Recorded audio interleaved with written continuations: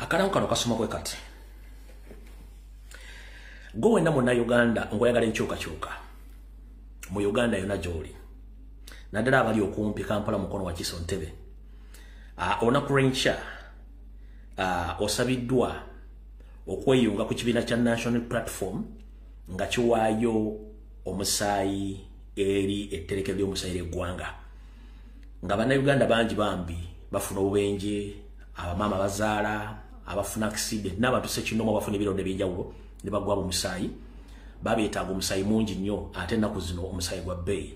Naye nga ekibiina kya National Platform nga kita mukulembeze waakyo Robert Kyagulanyi Ssentamu era omukulembeze omulonde bakusaba nti olunaku lw'enkya ejja kubeerayo okugaba omusaayi nga gwagenda okugaba ng'ogaba kola ekibiina kya National Platform gusobole okuba nga gutwalibwa mu tterekero ly'omusaayi mu ggwanga n'okwetoola eggwanga lyonna nga ogga omusaayi guno kugenda kubeera ku kitebe kya National Platform Kavule kujja tandika saa 2 ez'okumakya kukomekerezebwa saa 11 ez'akawungeezi. Kale wenna osabibwa okubanga ogenda okuwaayo omusaayi ke kaboneraako ke kalango kenjagadde okuyisa gwe wenna ng'oli eyo ng'omusaayi ogwesiga ng'ate gumala sigwa kumala kubira kalango ate simanyi mala kwetooloola nedda. Bw'obanga weesiga omusaayi gwo nga tegulimu bintuntu egenda oweeyo omusaayi kubanga ffenna twetaaga omusaayi guno ate nga tulwala. Kale gwe wenna ali eyo omukulembeza kubiriza omulago otakungula okuba nti ogenda oweeyo omusaayi ku lw'eggwanga Uganda ne ku lw'Abannayuganda. Alright. Ekyo bwe mba nkimaze ekyokuwaayo omusaayi siyinza butebaza abakomredi bwe tukola emirimu gye gimu ku social media platform ez'enjawulo. Abali ku bwenyi bw'ekitabo mbalamusizaako abali ku Facebook bakola video buli lunaku. Abali ku TikTok nabo mbalamusizaako bakola video eza buli kaseera mbwebaza nnyo balikola mulimu ogwo. Abali ku Twitter abali ku X namwe mbalamusizaako balikola videos abakomenti nga basharinga namwe mwenna mbalamusizaako mwe balikola mulimu ogwo. Abazirabira ku YouTube abazirabira ku TikTok namwe batumiddeko bali nnyo baledera okubanga musharinga videos. Kati bamala okubanga mbabuuzizaako n'okubebaza nfundikira mbo nebaza kuba foot soldier mwenna ba comrade okwetoola eggwanga yonna nti mwe bali kwagala nsi mutagirya mu lukwe.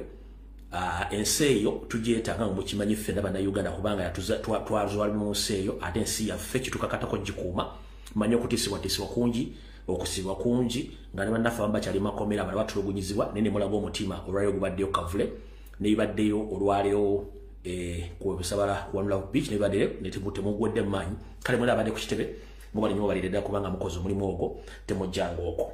Awo mba mmaze ng'olwo tugenda kuteekawo ndowooza kansooke mpiseewo n'akalango ekirango kino mwenna mukiwulye bulungi nnyo.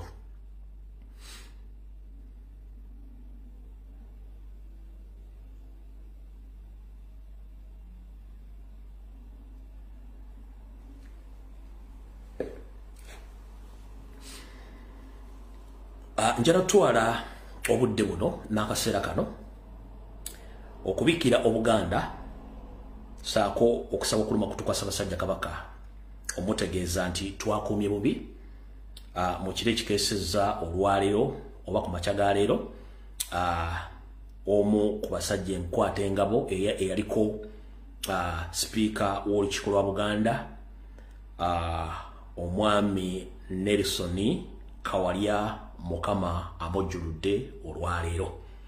Kitalo nnyo ddala okufiirwa abantu abavunaanyizibwa mu ggwanga naye ffenna ly'ekkubo. Ebisingawo nja bibaleetera ku Sande nga maze okuŋŋanya information mu buvuuno obuddo bwayo naye nga kitalo nnyo ddala gutusinze nnyo Ssaabasajja Kabaka okuba nti twakomye bubi musajja woono enkwatangabo okuba nti olwaleero ye tasobodde kubeera ku nsi. Mukama Katonda amujjuludde eyo mwenna abatamanyi abadde musajja wa kitiibwa era omusajja omukulu mu Buganda eyeebuzibwako ensonga nga yaliko sipiika wa Buganda olukiiko lwa Buganda gye tuyita Parliament ya Buganda. Mukama amujjuludde olwaleero.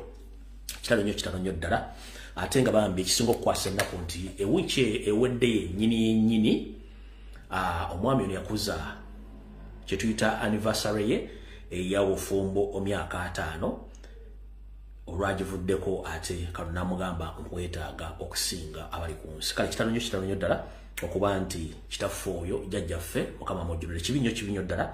Mukama era asaasira abafamire abakona b'Oluganda Mukama bw'atyo bw'asazeewo. Kasoke mpisoka security alert then tuleka tugende mu maaso n'ekigulalugi video eyoketandike. Kano ka security alert jara kagenderi mu naba na Uganda abali mu diaspora ng'okozesa ennyonyi n'ekujja mu nsi mw'oli n'ogwa ku kisaawe Entebbe. Njagala ompuliriza bulungi nnyo, si mu biseera byokka ebya Christmas oba ebya December. Kano ka security alert kakulu nnyo. Eggwanga Uganda giryongedde okubeeramu n'obutabanguko n'obwavu. N'abazizi ba ddiiru basusse obungi. Wetwogerera olwaleero ekisaawe Entebbe kifuuse empuku y'abanyazi era kifuuse akattiro k'Abannayuganda abakituukako nga baagala okudda okwabo mu maka gaabwe wattu ne batatuuka olw'ebikolobero ebikabakolebwako abantu abali mu system ku kisaawe ne babasindikira abatemu ne babajjawo. Kati gwe Muganda nga ali mu diaspora ng'okomawo waka kana aka security alert kako.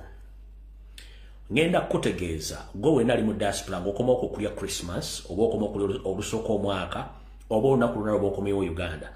Ngenda kusaba olw'obulamu obwo ne famire yo, ngenda kusaba okoma mu diaspora fuba okulaba nga tokwata nsimbi zo engwira ozivungirisize ku kisaawe Entebbe mu forex bureau zo ku kisaawe Entebbe.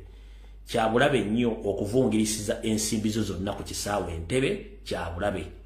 Nakafuna report ezisuka mu 18 ezivuddeko n'abantu okufiira obulamu bwabwe ng'abantu abava mu diaspora abajja ne paundi, abajja ne dola, abajja ne euro ne sente z'ensi endala bafunye obuzibu ku kisaawe, batuka ku kisaawe ne bavungisa sente zaabwe ezo n'abawamu sente ez'e Uganda ne bafuna taxi oba emmotoka ezibatwala wattu abamu tebatuuka gye babalaga, abamu babalumba maka gaabwe ku lunaku lwennyini ne bakolako ebikolobero ne bababba, abamu ne babatta olw'okuba nti baba balabaye nga bavungisa ensimbi nnyingi ku kisaawe Entebbe. Kale njala kutegeeza gwe comrade yenna ava mu diaspora bw'obanga oyagala kuvungisa sente zo nga toyina transport yakutwala kujja ku kisaawe, ngenda kusaba ku sente zo zobuzi nazo lwaki jjako $5 oba paundi 5 oba paundi 10 kyoba ovungisa kikutuuse mu makaago. Bw'oba omaze otuuka mu makaago enkeera y'enkeera olyoka ogende mu tawuni ng'obudde bulaba weevungirisiza sente zo nga teryakulaba. Naye ku kisaawe Entebbe kafuuse kattiro, Bannayuganda bangi bafunye ebizibu kasita bagenda bakwata ensimbi zaabwe engwira ne bazivungiriza ku kisaawe bafuna omusingi omugutokomoka. Abaku forex bureau bateekwa okuba nga balinamu omukolo okuba nti bakolagana n'abantu abavuga taxi oba n'abantu abatamanya ngamba abateega abantu makubo ne babakuba ng'amaze okutegeera nti bano balina sente. Incidents ziri 18 ezakagwawo, kuliko n'abantu abafudde olw'ensimbi ezo ate nga temujja bbira bakoma mawulire nga kino kiri ku kisaawe Entebbe bonna basinga obungi kubafunidde obuzibu. Kale ngenda kusaba otambuze ka security alert kano buli Munnayuganda yenna ava mu diaspora togeza n'oleeta akataala ako n'ojjayo sente z'engwira zonna n'ozikuba ku mmeeza n'ozivungiza ku forex bureau z'oku kisaawe, ojja kufuna obuzibu.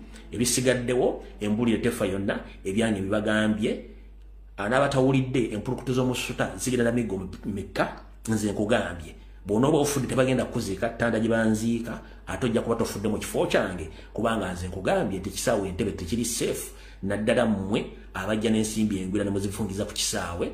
Forex bureau ez'enjawulo ziri ku kisaawe zirinako abantu ababega Bannayuganda bakomawo n'ensimbi ne batuuka okulugulamu obulamu sinakindi okufuna obuvune obw'olubeerera ekitiisa ennyo Bannayuganda. Ekyo ke kabadde ka security alert nga tutandika kati ngenze ku kigwalugi video etandike. Alright. Ekigwalugi kyalero ngenda kiweereza buli Munnayuganda gy'oli oba oyagala politics oba toyagala politics.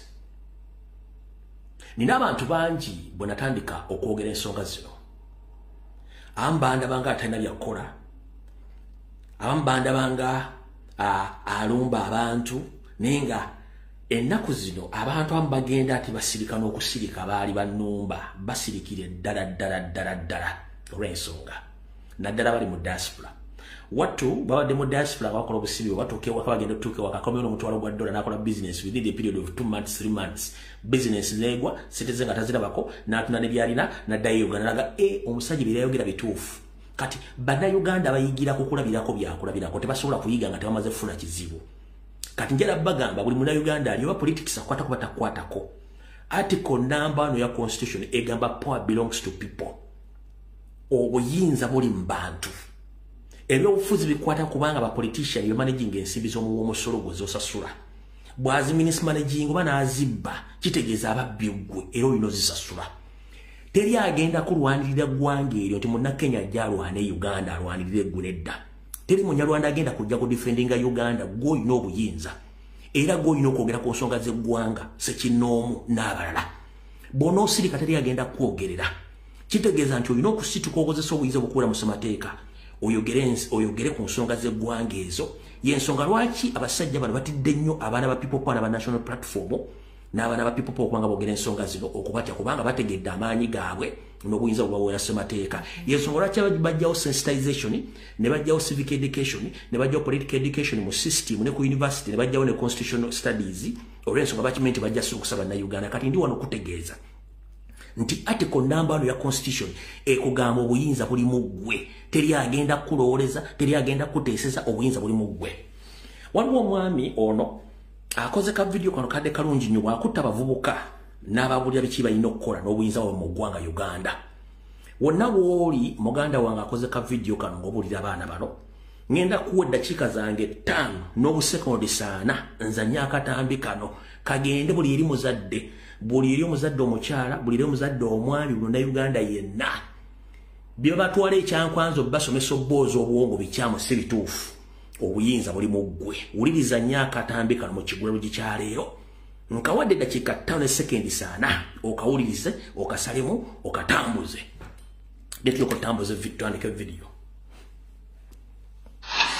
You must make me the what? The leader. And they accepted to make him the leader. And the man fought a war, led them into war, and they were able to fight the war and win the war. A weak man runs away from problems. A strong man stays and manages the problems. A weak man runs away from problems.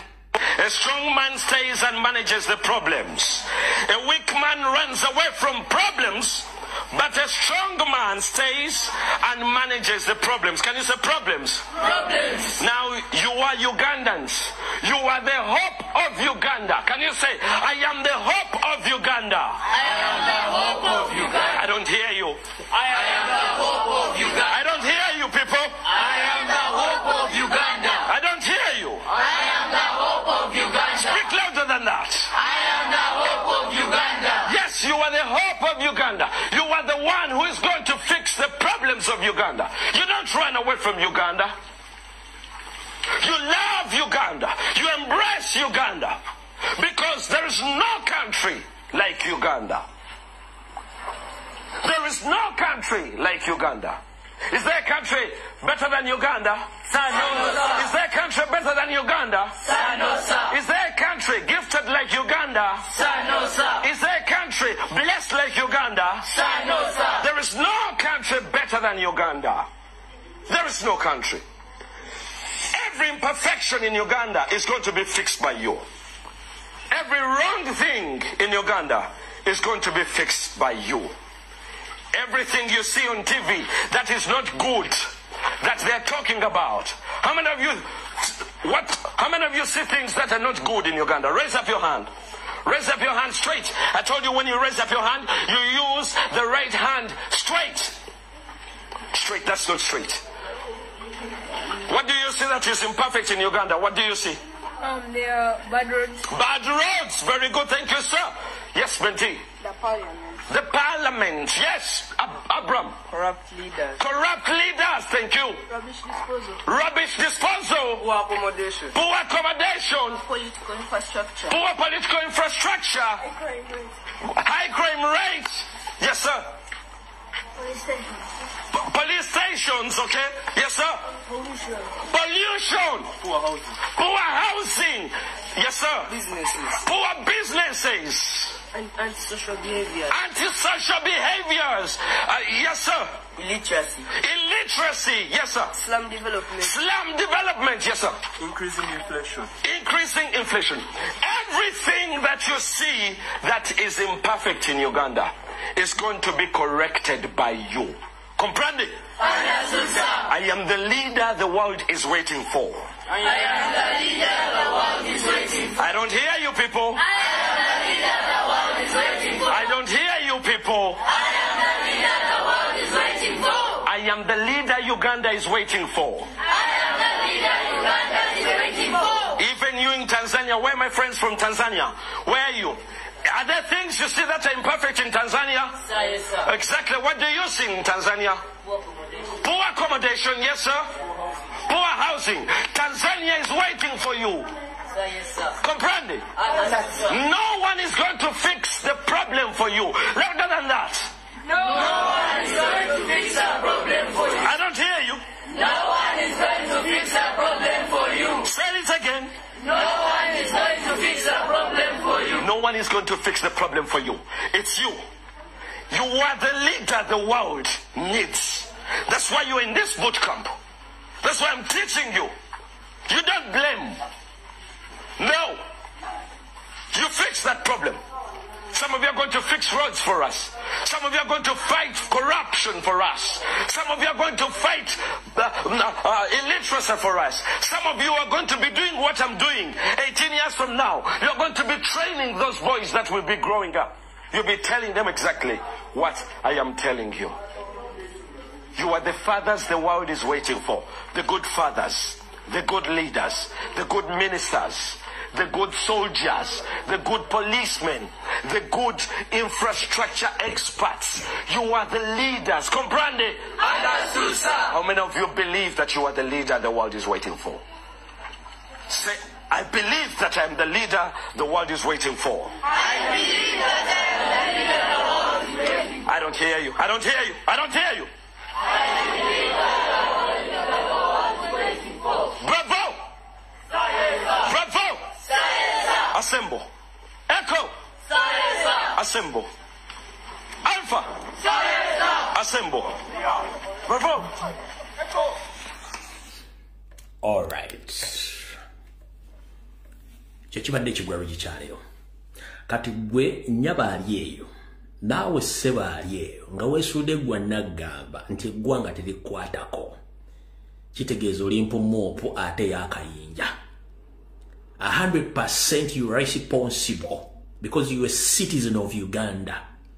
Whatever wrongdoings are being done by Museveni, you are responsible. You are supposed to come out to condemn, to talk about those problems. When you keep quiet, whatever is missed in Uganda, your son or your grandchildren will pay for those crimes. Because you didn't pay attention to fight for your country. Power belongs to people at number one. Musituke musomesa abana bwe mbabulira ensi yaabwe. Teri nsi esinga bulungi Uganda. Uganda eringa omukazi kaalaala. Nga buli kimu Katonda yakimuwa. Naye obuzibu omusajja yagiwasa. Yaleese obuzibu. Kale muganda wange nfundikira vidiyo eno ey'ekigulalugi nga nkugamba buli omu situka olwanirira eggwanga lyo. Tofaayo ani ayogedde as long as the message ogiyisizaawo. Kigulalugi kyalero kiwedde.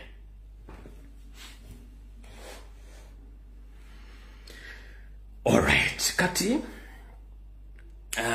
abadde bangoberera omwezi guno gwonna mbadde nwana ne Chief of Military Intelligence semwa nendwana ne Minister of Health nendwana ne Yoseliti bahabulwa nga bayina enteekateeka egenda okusaanyawo bannayuganda ddala mu Buganda nga bagenda kukozesa enkola ey'okugema abantu ku kifuba nga bagema eddagala effu erya mpox n'ebyomusujja ebya malaria kati olwaliro nabaga bagenda kulwa n'ekirwadde kye bayita mambaga ne mbagamba mbanyigiriza okumala omwezi mulamba nga mbakutte ng'eddagala lino baliyita ku ssimu ayina dose almost millions 6 zibaagala okugema bannayuganda okubatta.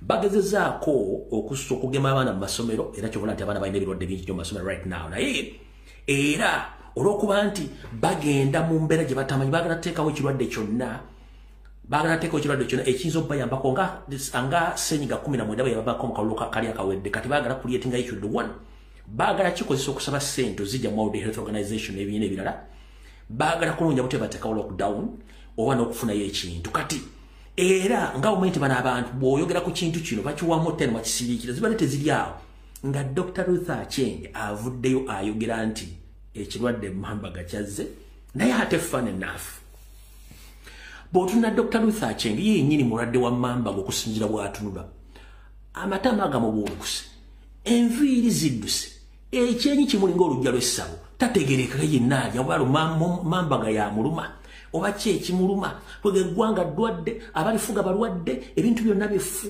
naye nga mbakwatiridde almost emyezi ebiri nga baagala kuleeta kintu kituge bannayuganda baga temujja kutta bannayuganda. Dr. Ruth Aceng, you may say that you don't know Luganda. Let me inform you. All along, Museveni sent you to come publicly to announce that you are going to force Ugandans into a forceful immunization due to some outbreaks of some diseases. And you have been there hiding until today. You came out publicly and you announced that we have a blackout of Marburg. But let me tell you one thing. We Ugandans, we're no longer scared about Museveni tactics. We are here to expose you and your boss Museveni. First and foremost, if you are to immunize anyone, first start with your family and Museveni's family, then the others will follow. Stop fooling Ugandans, creating diversions and intimidating Ugandans. Please stop that nonsense. Bino byonna zindi bagamba omwezi myezi ebiri nga nzize mbakwata bana basajja nga bakwata omukazi avudde n'abyogera naye nyini bw'omutunulya mulwadde muzibu simanyi kimuluma simanyi munywane gundi munywane didigi walagi wammwe olabika akagurupu kamwe kalimu didigi kalimu Lutumwa Kisoko n'ayogerera poliisi naawe kuba njala mutunulire didigi mutunulire Ruth Aceng mutunulire n'Lusoke Lutumwa Kisoko ayogerera poliisi mugatte ekifaananyi kimu bale kanzanye ka video kano mukawulire njala mulabe face bw'afaanana then mugatte ya Lutumwa Kisoko ne ya didigi mujja tegeera be baani. I would like to inform the general public that the number of cumulative cases currently stands at 2, 1 confirmed and 1 probable case. 2 health workers who treated the confirmed case in Kapchorwa Hospital developed Marburg-like symptoms, and blood samples were taken off and sent to the Uganda Virus Research Institute for testing. Meanwhile, the health workers were isolated and were being monitored. Today morning, we received results of one of the health workers, and it is negative. We still await the result of the second health worker. Mbakwatidde emyezi 3 miramba nga mukwatiridde nzija nembanyiga nga tanyiga era avudde bamugamba genda obyogere ekiba kibe naye mujja kifuwa nga mukizza munda kale awo tuvuddewo ndoza kansoke empisewo ka information kato tugende mu violence kwa mwagala violence mutagingira wano didigi mpuuga ne banne kati awo tuvuddewo bwetuvaawo tuddawa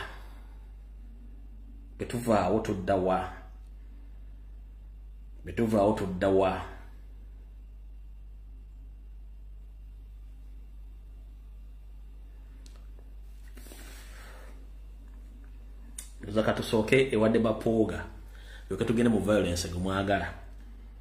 Alright, ebadde byonna mbire bulungi nnyo nwanaganyire DP broker emyaka 6 bali bagala tutunda bagende bo bali ensimbi ne tubakwata ebigere naye njala soka kujjukiza nti buli munda Uganda yonna gy'oli ndi wasajja okutegeeza nti mwazibuka amaaso okujjako abatono nnyo abakyasigaddeyo nabagamba nti abalwanyisa enkyukakyuka Museveni bwe yataddeyo emmengo mu Parallel State ye nga bakulirwa Mayiga, Abedi Bwanika, Balubega Segona, Saako Mpuuga de Mapuuga, ensi ebategedde. Ensi bemala bategera tugenda kuzaako ki. Mu nsi ezaagala enkyukakyuka ebiseera bisinga bw'ozuula omuntu nti mulyake mukumpanya ate tayagala nsi yekulaakulana nga yekulaakulanya bw'omu ebiseera bisinga mujjukira bulungi system gye mwakozesanga eyo kuba obucupa obba kuba empitambi n'empizi nnyini ne ku migo b'omusanze ku lumbe bannyabo ne basse bufole first time ngenda basaba Monna Masaka, Monna Buddu, nayo Monna Kampala, njagala wonsangira grupu ya Abedi Bwanika, Mpuuga, Mabike, bonna womusangira either muyiseemu akacupa muyiseemu empitambi n'emigo gyennyini emiganda tukoye abasajja abakulu okwononasereza omw'omusolo nga balemeza Museveni buyinza nga abasajja bali mu kutwala ggwanga lyaffe ffe tetulina nsi ndala tulina Uganda one. Nzize mbagamba nti abasajja bano si bannayuganda bonna nkwezenge tebaliiko nsibuko. Ogenda okubuuza omusajja oyo tambula ng'Omuganda ng'akoma ku kitaawe tasobola kunnyonnyola jjajjawe waali. Ekyo mukitegedde bulungi nnyo. Kuva bbanga ddene nnyo nga njagala mbategeeza ebintu birabadde bazza bangoberera. Nabajja mbabuli avuka ba DPYD n'aba DP Block. Ne mbagamba n'abasinga obungi tebaliiko nsibuko. Ne nabawulira ne Mabike taliiko nsibuko naye ayogera omu amagamaga. Kambazeeko katono nnyo abali mu kantu kano mukajjukira bulungi nnyo. I was born in Kampala. I lived in Kampala. I was born in Nicaragua, migrated to Uganda. I was born here in Kisaka, 3.5 miles from this place where we are giving an interview. I've been with Honorable Mabike for 25 years. I never see his father, even his parents. Actually, I don't know whether Mabike, that's your name, is Mabike. But Seya, is it true you are originally from Karagwe? It is true. Our grandfather, they fight for this region. And they become the refugee in these Tanzanians. But we have somewhere where you could say, this was born in Masaka, we are here, this is our graveyards, this is our grandfather, this is our mothers and what. But for Honorable Mabike, I never have a chance to see who is his father, who is his mother, who is his brother. You hit that one below the belt, Seya. Round 2. I went to school. He did not go to school. We don't want to think like Mabike. To go to university is so easy. But to have a sense of belonging and maturity is not everybody who has got a degree. He can measure his understanding. Honorable Mabike, it's your turn. Throw the next one. With my mega resources as an MP, I have been able to build myself a house. But for him, he's begging President Museveni, kneeling before him, for a house here in Nakasero. First of all, this house, I've been in this house, renovated. Tetugenda gedero buddo butono. Njagala omuntu abere makindi ne munda bya bufuzi bina. Ombuli Mabike yali afiriddwani era baziika luddawa. Kitaawe yaani, nyina yaani, jjajjaawe yaani ku kijja kuba muziika okuli jjajjaawe. Bano bavuuka abadde mu UID Museveni bye yajja ateekateekamu nga bo mulimu gwabwe balina kulwana mpaka kuweza Museveni mu buyinza. Kati bano balwana ddala basibagala nga exposing nga tebawulira. Be ba Abedi Bwanika, Bambidde, Bampuuga, Bamayiga baani bonna yeno regime gye tubaga nti Museveni yazimba Paro State yenga amanyi nti abantu bagenda mukolera emirimu. Eno video yadda. Kati mukitegera abantu betudiringa nabo nti bantu ba mafia muina bakolako ate nga balwanyisa banna Uganda bannakabala. Awo tetugenda kulwawo. Lwade tulibusa omukulu Mpuuga de Mapuuga bamuwadde yakoze press conference ne bamuwa airplay ku New Vision, Bukedde, Monitor, NBS, NTV, CBS, BBS ne bamuwa airplay n'ayogera buli kimu. Wabula bwe yayogedde ebigambo ebyo n'agambiramu kimu nti ye ayagala nnyo okuteesa ne Museveni ng'era Abedi Bwanika bwe yajja akola. Naye mujjukire article kanziri wano ku article number 3 eya constitution ya Uganda etugamba nti tulina okudefendinga constitution yaffe singa omukulembeze aba agijjeewo oba n'alwa mu buyinza.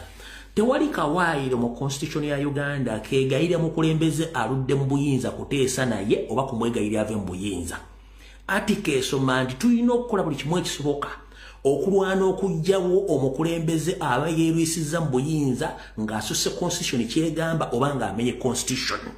era emitendera gy'okulwandamu constitution egirambika nga n'obusembayo bwakwata mu mugemera wala zibayite mundu nga Museveni bwe yakola. Teriyo atika egamba ntugenda kuteesa oba kwegayira Museveni aludde mu buyinza aveeko, nedda teriyo. By all means tulina kukozesa other means okujjako Museveni. Kati onakuga nti agenda teesa naye kitegeeza nti aba mukozi we automatically. Ekyo nakyo mukitegedde bulungi nnyo. Kati katudde wano. Mukulu Mpuuga ne banno mulekera okusiruwaza bannayuganda. Mukwano gwo Abedi Bwanika 26 yateesa ne Museveni bajjayo ki nze mbera ne bwino. Bwanika wants something. I think it has been done where, as I said, we have all been looking for this meeting. Make sure that we can find a way how we work with the sitting government and for us who are in the opposition. We share the same values that, first of all, the nation must go. We are going to form an inter-party committee. Yeah, we said each party should select 2 people. Each party which is represented in parliament. How much have you put the FDC business? Not much. Yeah. You are the one who was reminded me. Owulidde bulungi nnyo beba guy kankabaddiremu kano 26 bantu bebamu mu kifaananyi kyekimu okakuba nti omuntu yali mbu yali endooza alirawo yeekwese ne baddamu enkola yeemu. Wulira. Bwanika wants something. I think it has been done where, as I said, we have all been looking for this meeting. Make sure that we can find a way how we work with the sitting government and for us who are in the opposition. We share the same values that, first of all, the nation must go. We are going to form an Ompulidde bulungi abantu abo. Tukyasimbula mpola ndyoke nkuleete waliwo omanyi bulungi nnyo. Kati mu 20 Museveni yayita Abaprotestanti n'ayita Abakatoliki n'ayita n'Abasiraamu. Buli kiwaya kiraba kyokka n'akigamba nze obuyinza njagala kubuza bannayuganda.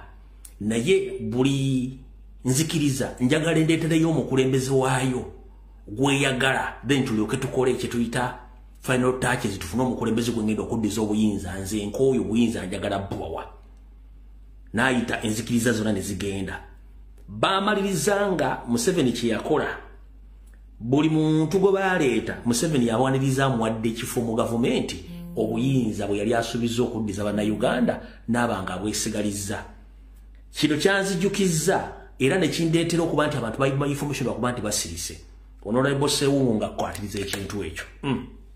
Gye mugende wa Museveni mu 20 yayita bannaddiini bonna yayita Kardinali Wamala n'ayita yali we Namirembe n'ayita omukulu w'Abasiraamu oba yayita n'ow'Abaseventh n'abagamba bannange mumanyi njagala kutabuyinza mwenga muli wano. Ate yabayita abaawudde yayitanga sekita emu Abakatoliki abayita mu mpego mwagala abeere president. N'ayita Abakristaayo n'agamba mu mpego mwagala abeere ki president. N'ayita Abasiraamu n'abayita bwe baamala bonna Abakatoliki n'abawa Bukenya nga vice president, Abakristaayo n'abawa Siwambi nga prime minister, Abasiraamu n'abawa Saida Bumba nga yani finance. Era we yali abawadde bwa president nga biwedde. Nkakuddemu kawule bulungi nnyo. Kankakuddiremu. Gye mugende wa Museveni mu 20 yayita bannaddiini bonna yayita Kardinali Wamala n'ayita yali we Namirembe n'ayita omukulu w'Abasiraamu oba yayita n'ow'Abaseventh n'abagamba bannange mumanyi njagala kutabuyinza mwenga muli wano. Ate yabayita abaawudde yayitanga sekita emu Abakatoliki abayita mu mpego mwagala abeere president. N'ayita Abakristaayo n'agamba mu mpego mwagala abeere ki president. N'ayita Abasiraamu n'abayita bwe baamala bonna Abakatoliki n'abawa Bukenya nga vice president, Abakristaayo n'abawa Siwambi nga prime minister, Abasiraamu n'abawa Saida Bumba nga yani finance. Era we yali abawadde bwa president nga biwedde.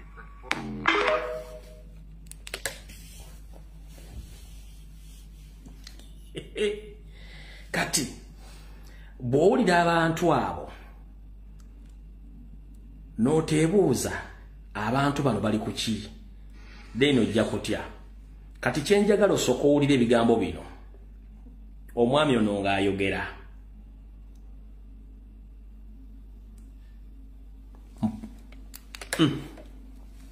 Tukwatagane wadde nga Mao naye akyalemereddwa okutuusa okutuuza Pulezidenti Museveni ku mmeeza babeeko kye bakkanya ku ngeri y'okukyusamu obuyinza. Mpuuga avuddeyo n'ategeeza nga naye bw'agenda okukulemberamu enteeseganya ze zimu olwasobola okumatiza banna NRM nti ekyokuwaayo obuyinza tekuba kwekulira akabazzi ku kugulu. Ebibiina by'empandikire ne NRM mweri. Ab'NRM balina ensonga enkulu gye balina okutegeeza n'okuddamu eri bannayuganda. Bagyewala naye eky'ennaku kiri nti ejja balondoola yonna gye balaga. Ensonga y'okwogera ku nkyukakyuka. Enkyukakyuka y'obukulembeze, transitional leadership. Tukitegeera nti bafuze eggwanga emyaka 4 wakati mu kukola ebikolwa bya buli kika. Kikulu nnyo okwogera n'abantu bano okufuna ebirowoozo byabwe. Kibayamba era naffe kituyamba nga abagala enkyukakyuka. Mpuuga agamba yakizudde ng'ekimu ku biremeseza enkyukakyuka mu byobufuzi kwe kuti okuli mu bakulembeze ba NRM nga n'olwekyo wakubakakasa nti wakyaliyo obulamu obujja oluvannyuma nga bavudde mu buyinza.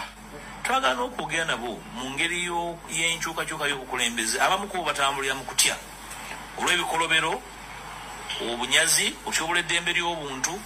Twagala tubabuulire nabo bannyini bave batubuulire bo badde balowooza ki ku ebyo. Tuleke kuzimba ggwanga lyakwesasuza na kuwolera ggwanga eribeera ggwanga ly'abasiru. Ebigambo bya Mpuuga tebyawukana nnyo n'ebyo ebiza byogera Norbert Mao ng'oba oliawo bye byamuviirako okuvayo sabbiiti ewedde n'ategeeza nga bw'ataliwo kipya kyaleeteddwa Democratic Alliance okuggyako ebyo naye byazaatembeeta. Era ne mu kutongooza ekisinde ekyo nawulira boogera olulimi lwa Norbert Mao balinganga abalina notisi zange nga basoma dialogue, transition. Minisita wa Ssemateeka ani yamubikka bulangiti ebuguma n'agenda n'atandika okubongoota ku nsonga ze yalina okuleeta mu bbanga etali ddene. Naye ndowooza bulangiti bamuwa yawuulu. Okwogera bino Mpuuga abadde ayogerako eri bannamawulire omulundi gwe ogusookedde ddala ng'omukulembeze wa Democratic Alliance era ng'asinzidde mu lukuŋŋaana lwe lumu n'alangirira ebyo ekisinde bye kigenda okutandikirako. Ekigendererwa ekyokulwanirira ennongoosereza ez'omuggundu mu byobufuzi ne mu mateeka agafuga ebyokulonda mwe muli ne ssemateeka. Ekyo kye kisinga okubeera ku mwanjo. Awo tuvudde tugenda kulwawo. Era y'ono n'ebitengi bye baali babitegeka dda nga mumulooza ati bitengi mwabirabye ejjowulira consistent with what I stand for. In 2011, I supported Dr. Besigye not because I'm an FDC supporter, because I believe in a joint political platform for the opposition to dislodge a 30-year dictator. I do not believe in the individual parties. This time around, when the TDA coalition failed, the DP, my party, and the other smaller parties agreed to work together to support Amama.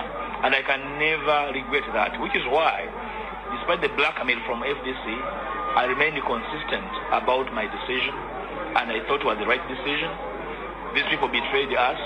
We can now see. Can I tell you that in Masaka municipality, FDC had no agents at polling stations? Would you believe that? I have their DR forms with me. Ndoza mwakitegedde omwami oyo ebintu byakola yonna gy'ava avayo amaze okukyankalanya n'okwogera ebizibu ebiyitirivu. Kati bwe yabadde nga bamuyise ku radio eyaabwe gye bakolerako emivuyo gyabwe ku CBS, mwale bulungi akatambi akadde katambula ku social media. Akatambi ako njagala otunule body language ne facial expression eyakubye simba muyita lubakyoya. Naye abadde bajja bangoberera nga mpa security alert zonna ezikwatagana ku Mpuuga n'ebintu bya planingira president.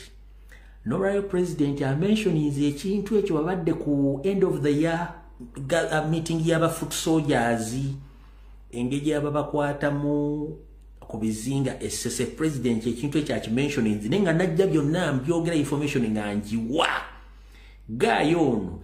Njagala olabe facial expression ne body language y'omusajja ono nga ali mu studio ku CBS nga boogera kulinya Kyagulanyi awulira nga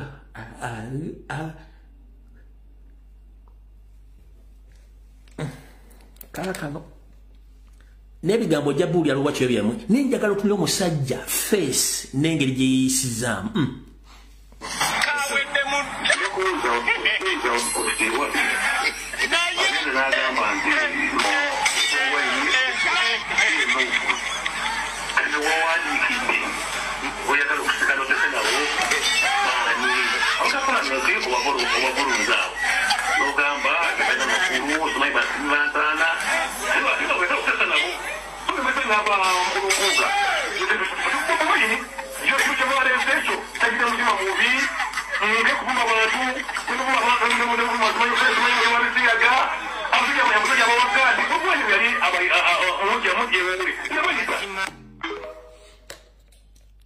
abadde mulaba njagala mu facial expression and body language yokka gye njagala kawedde mu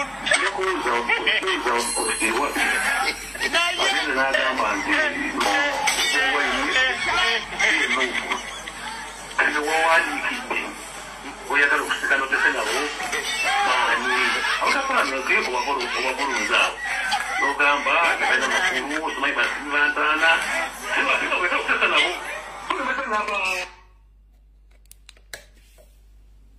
kati batula mu meeting bateesa okutakyagulanya bagenda kuteesa ki kale ndoza mutegedde saagala nnyo barwiisawo ku nsonga ezo muzitegedde bulungi nnyo olw'ensonga nti abantu bano bakoze ebikolobero bingi naye nakano mukawulire ekisooka wuuyo mwami muhoozi najjino muhoozi talina lukusa na lumu lunjogerako yadde ekinkwatako nibaba alina byandowoozaako okugjako ng'agamba nti si munnamagye ali magye g'eggwanga atalina kwogera ku byabufuzi ebyekyekubiira mwami muhoozi kabonero ka bwanantagambwako impunity eri mu magye gyetulowooza nti nsigo nfu era ensigo eyo erina obutakkirizibwa kumera bweba yamera ereke kwongera kuzaala kumeruka kubanga kikimukola bweggwanga lino nolwekyo byayogera nagyabyogerera ne baabira nabo tebyenkwatako alright vidiyo eyo yayogedde ngadda mu DDG eyo yagee nti ono muntu mulungi nnyo era presidential material tolyasereza Museveni ogenda nga takulabisizza kati bwaba yamuwadde reply babakuba empi mu meeting kino nkikujjukiza bano bagayi muhooza bakuba empi ne Museveni kati gwerinda nja kujja no bagambe nti bamukubye emigere si zile bumwamba linga ameze wano so byali biki eziba mpi bakuba empi mu meeting abasindika okukola ebi ne public ngebaganye kati bwatu yamuzeemu ekyo si ekikulu kiroddawa ngenda kusamuna Uganda for the first time.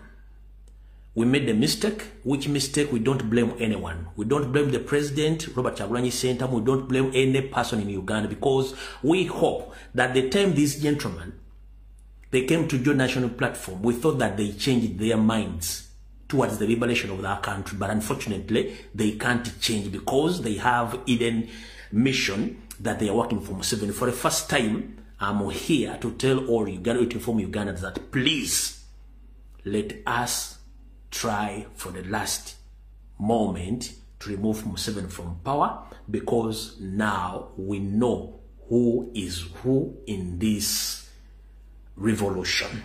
Tubategedde bebaani tetukyetaaga kintu kyonna.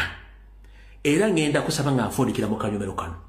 Gwe member parliament yenna gy'oli ng'omanyi toli kulwa abantu tuyambe nga tetunnatuuka mu gwakusatu otugambe nti ovudde mu kuvuganya oba obivuddemu tuleeta abantu baffe ng'obudde bukyali tukooye era ndi wano bbanga bannayuganda mwenna by the end of March mugenda tegeera kansala omutuufu yaani MP omutuufu yaani presidential candidate omutuufu yaani buli kimugenda kuba kimaze okweseetinga January 1st mpaka mu March mugenda kulaba kye bayita restructuring mu politics. Mugenda kulaba enkwezenge n'engenda basaba buli muntu yenna emupigo mbadde mayinte mufu. Bwagamba nti asaze eddiro toyomba naye muleke oba owonyite kubanga bagenda kukyuka baali asereza abasajja balina okukola kye baagala. So ngenda basaba tembo wabudde just nonye bunoonya buto tugenda baka untatakinga n'okumanya twagala kujjako Museveni kyekyoka. Mukitegedde bulungi nnyo kati awo nvuddewo bwe mba maze okuvaawo abagala violence mulindeeko babwe ntandika obba violence mujja kuseka muvene ku layini kati kansubira ti kono Museveni kwali ne mutabani we DDG. Alright, mwena bade bagoberera ebyobufuzi ku mutendera gw'ensi yonna ne ku Africa kamba nnyonnyola ebintu bigenda mu maaso mu Uganda essaawa zino ne muku Eastern Central Africa. Mujjukira bulungi nnyo nti omukulembeze wa America atanna va mu ntebe mukulu gwe bayita Joe Baliddawa wiiki nga ntono nnyo abaddeko mu ggwanga lya Angola era gye bagenda okukola endagaano wakati wa Congo n'eggwanga lya Rwanda okuba nti bajjawo olutalo luli mu Congo. wabula endagaano eno teyatutte wadde kaseera ate Congo negisazaamu. Congo yagisazaamu lwaki? Congo erumiriza mukulu Pirato nti ono yavujjirira abasajja abagala okutwala eggwanga lya Congo. Kyokera Pirato nena agamba nti endagaano yagikola naye tiyali supposed gikola era Congo yatena kuteesa naye enakuteesa nabayekera bennyini aba M23 yetabirimu. Mukulu Tshisekedi nalabanga bana avubuka bamanyira obumanyizi endagaano nagisazaamu era nebanga tekyaliwo. Mu nkola eno y'okuba nti endagaano yavuddewo kitegeeza nti kati waliwo olutalo lugenda okubalukawo wakati w'ensi ezo zombi bbiri. Naye okusinziira ku by'omunda biraga nti bagenda kukubira emmome very soon nga tezimanye. Mulabyeko Daily Drinking General ng'aga nti agenda kuluba abamashinali amagulumeero abali e Congo abakubi abafulumye abazze waabwe anti mumayina omwana omuto bw'abanga agenda ofuka nga ali mu buliri. Munnanga amwenyereketa abanga aloota amaliriza afuse ku buliri.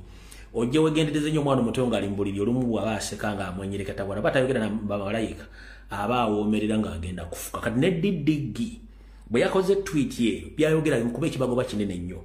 Yabadde amwenyereketa era nga ali mu kufuka ku buliri nga kikyagamba. Wotwogerera essaawa zino eggwanga lya Bungereza lya deployinze eddamagye gaalyo mu ggwanga lya Congo n'amawanga amala galinze bulinzi bakuba engome. Wotwogera ebigambo bino nti eggwanga erya Angola, Congo, America n'erya Bungereza beetegese okuba nti bagenda kubba buli ekyetaagisa okukiteeka wansi. Kati bo abatya okufa era abategedde kyekigenda okuva wansi eyo badduse dda. Gwe Munnayuganda yenna ali mu bitundu bya Buganda ngenda kutegeeza beera ng'oli mwegendereza nnyo. Abayekera ba M23 abasinga obungi bafulumya eggwanga lya Congo era bali mu bitundu bya Buganda nga bano bayambibwako Yoseliti bahabulwa. Abanyarwanda bano bamanyi Lufalansa na Lunyarwanda bamanyi Luzungu wadde Oluganda okuggyako abatono ennyo. Abantu bano okusinziira ku research yange ne ebifaananyi byenfunyeko ebitonotono bano abantu bonna bali mu bitundu bino wammanga bye babataddemu. Bali Engoma, bali Nakasongola, bali Nakaseke, bali Mubende, bali Luweero gye batambula nga bataayaaya nga banoonya ki ekiddako. Bano bayinza okufuuka ekyobulabe ennyo eri bannayuganda mu ggwanga naye ng'ate Museveni tasobola boogera kubanga akimanyi bulungi nnyo nti bano bantu be abavudde e Congo abadde balugenda okulwana be balo bennyini nga batambula mbala bulungi nnyo eno ennyambala gye batambula abasinga obungi onefuta gwe nsobola okufuna okuva mu drone zange bali mu bitundu eby'Engoma, Nakaseke, Nakasongola, Luweero, Mubende gye batambula nga bambadde mu njamala ebyennyini bangi nnyo batera okutambula akawungeezi oba ekiro matumbi budde.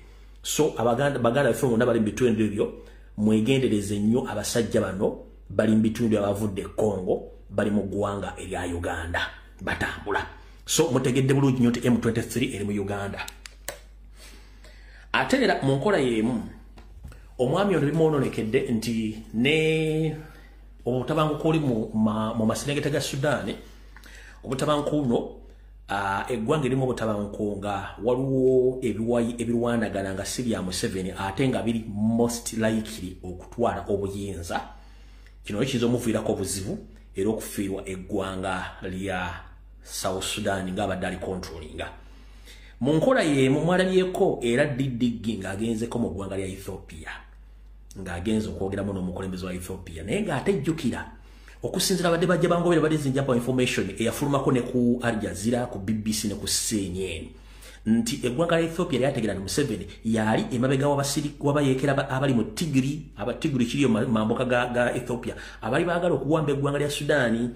Kati Didigi ne kitabalooza nti abantu be balinako obuzibu tebategeera kumbe bategeera era mwamalabe nga agenda yino bamwaniriza yalowooza nti oli president wa prime minister wa Ethiopia musiru tategeera nabo bakozesa doctrine yemu n'obukodyo bakozesa. Didigi nkumanyi kuno kuwoli kasoke kuweko theory nti omuntu bw'alwanya obuyinza abantu bategeera tactics ze ate bazikozesa. 1 Prime Minister wa Ethiopia ne East Africa bonna bamanyi nti Museveni kyekizibu kya Africa era abakulembeze bangi basse omuli wa Congo omugenzi Mobutu omuli Mobutu yali mu lukoluta Mobutu yali mu lukwe olutta Desire Laurent Kabila Senior yali mu lukoluta president wa Burundi yali mu lukoluta Habyarimana wa Rwanda yali mu lukoluta Pombe Magufuli yali mu lukwe olwatta omugenzi John Garanga wa South Sudan kati didigi kuno kwoli. The same hospitality you received or you got from Ethiopia, the same hospitality John Garanga received from your father. He came all the way from South Sudan to come to seek idea from Museveni and help for his country. But in return, Museveni set Garanga in hell where he is right now. Garanga's family knows exactly who killed Garanga. It was your father. So the same hospitality you received in Ethiopia, next time you receive the same thing which Late Garanga received. You keep on rotating and meandering around, you receive exactly hospitality. Kanti badde mu Luganda. Nti omukulu ono Museveni yalooza nti ensi temutegedde mumanyi agenza tabakulembeze mu East and Central Africa. Era alowooza nti abantu bamutegeeranga.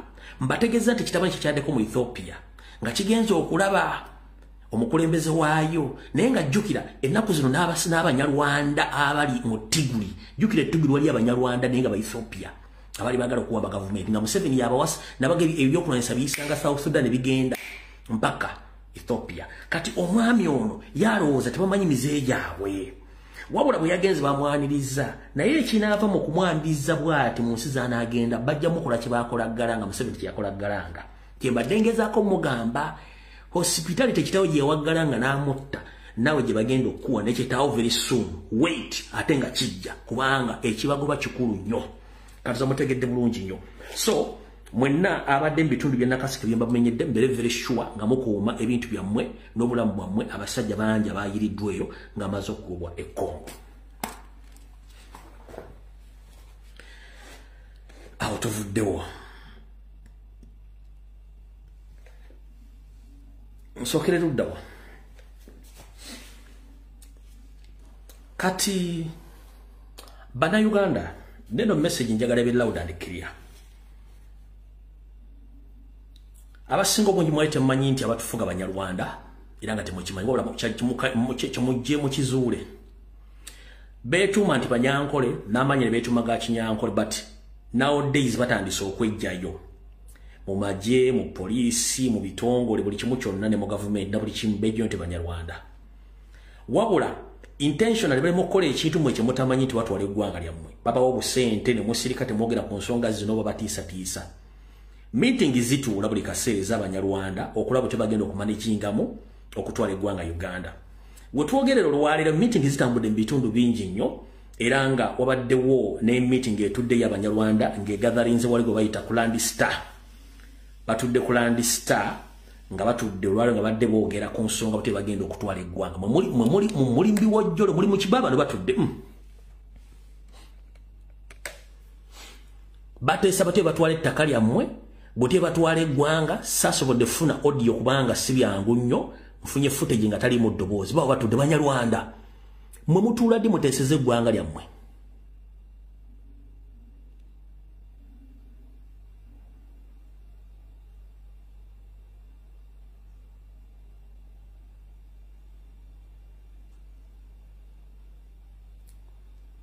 Batudde babeewerera babamalawo batya nga muli mu kusinika b'enyombera mbivulu eneggwanga baliteeseza balitwala. Bateesa ggwanga lye balitwala muli mbivulu muli mu kunywa walagi kunyiba biboozi bitagatta. Bawo batudde bali ku agenda zaabwe. Obalaba batudde bulungi nnyo abateeseza butye batwala eggwanga. Babbi batya amataka babasse batya babakendezeza batya naye mmwe muli kulya mmwe muli mu kwepiica jangu tugende mu kwepiica bye mulimu. Baawo batudde bateesa butya bwe batwala eggwanga oddi twajjako n'okutwala amataka gammwe mwe muli awo.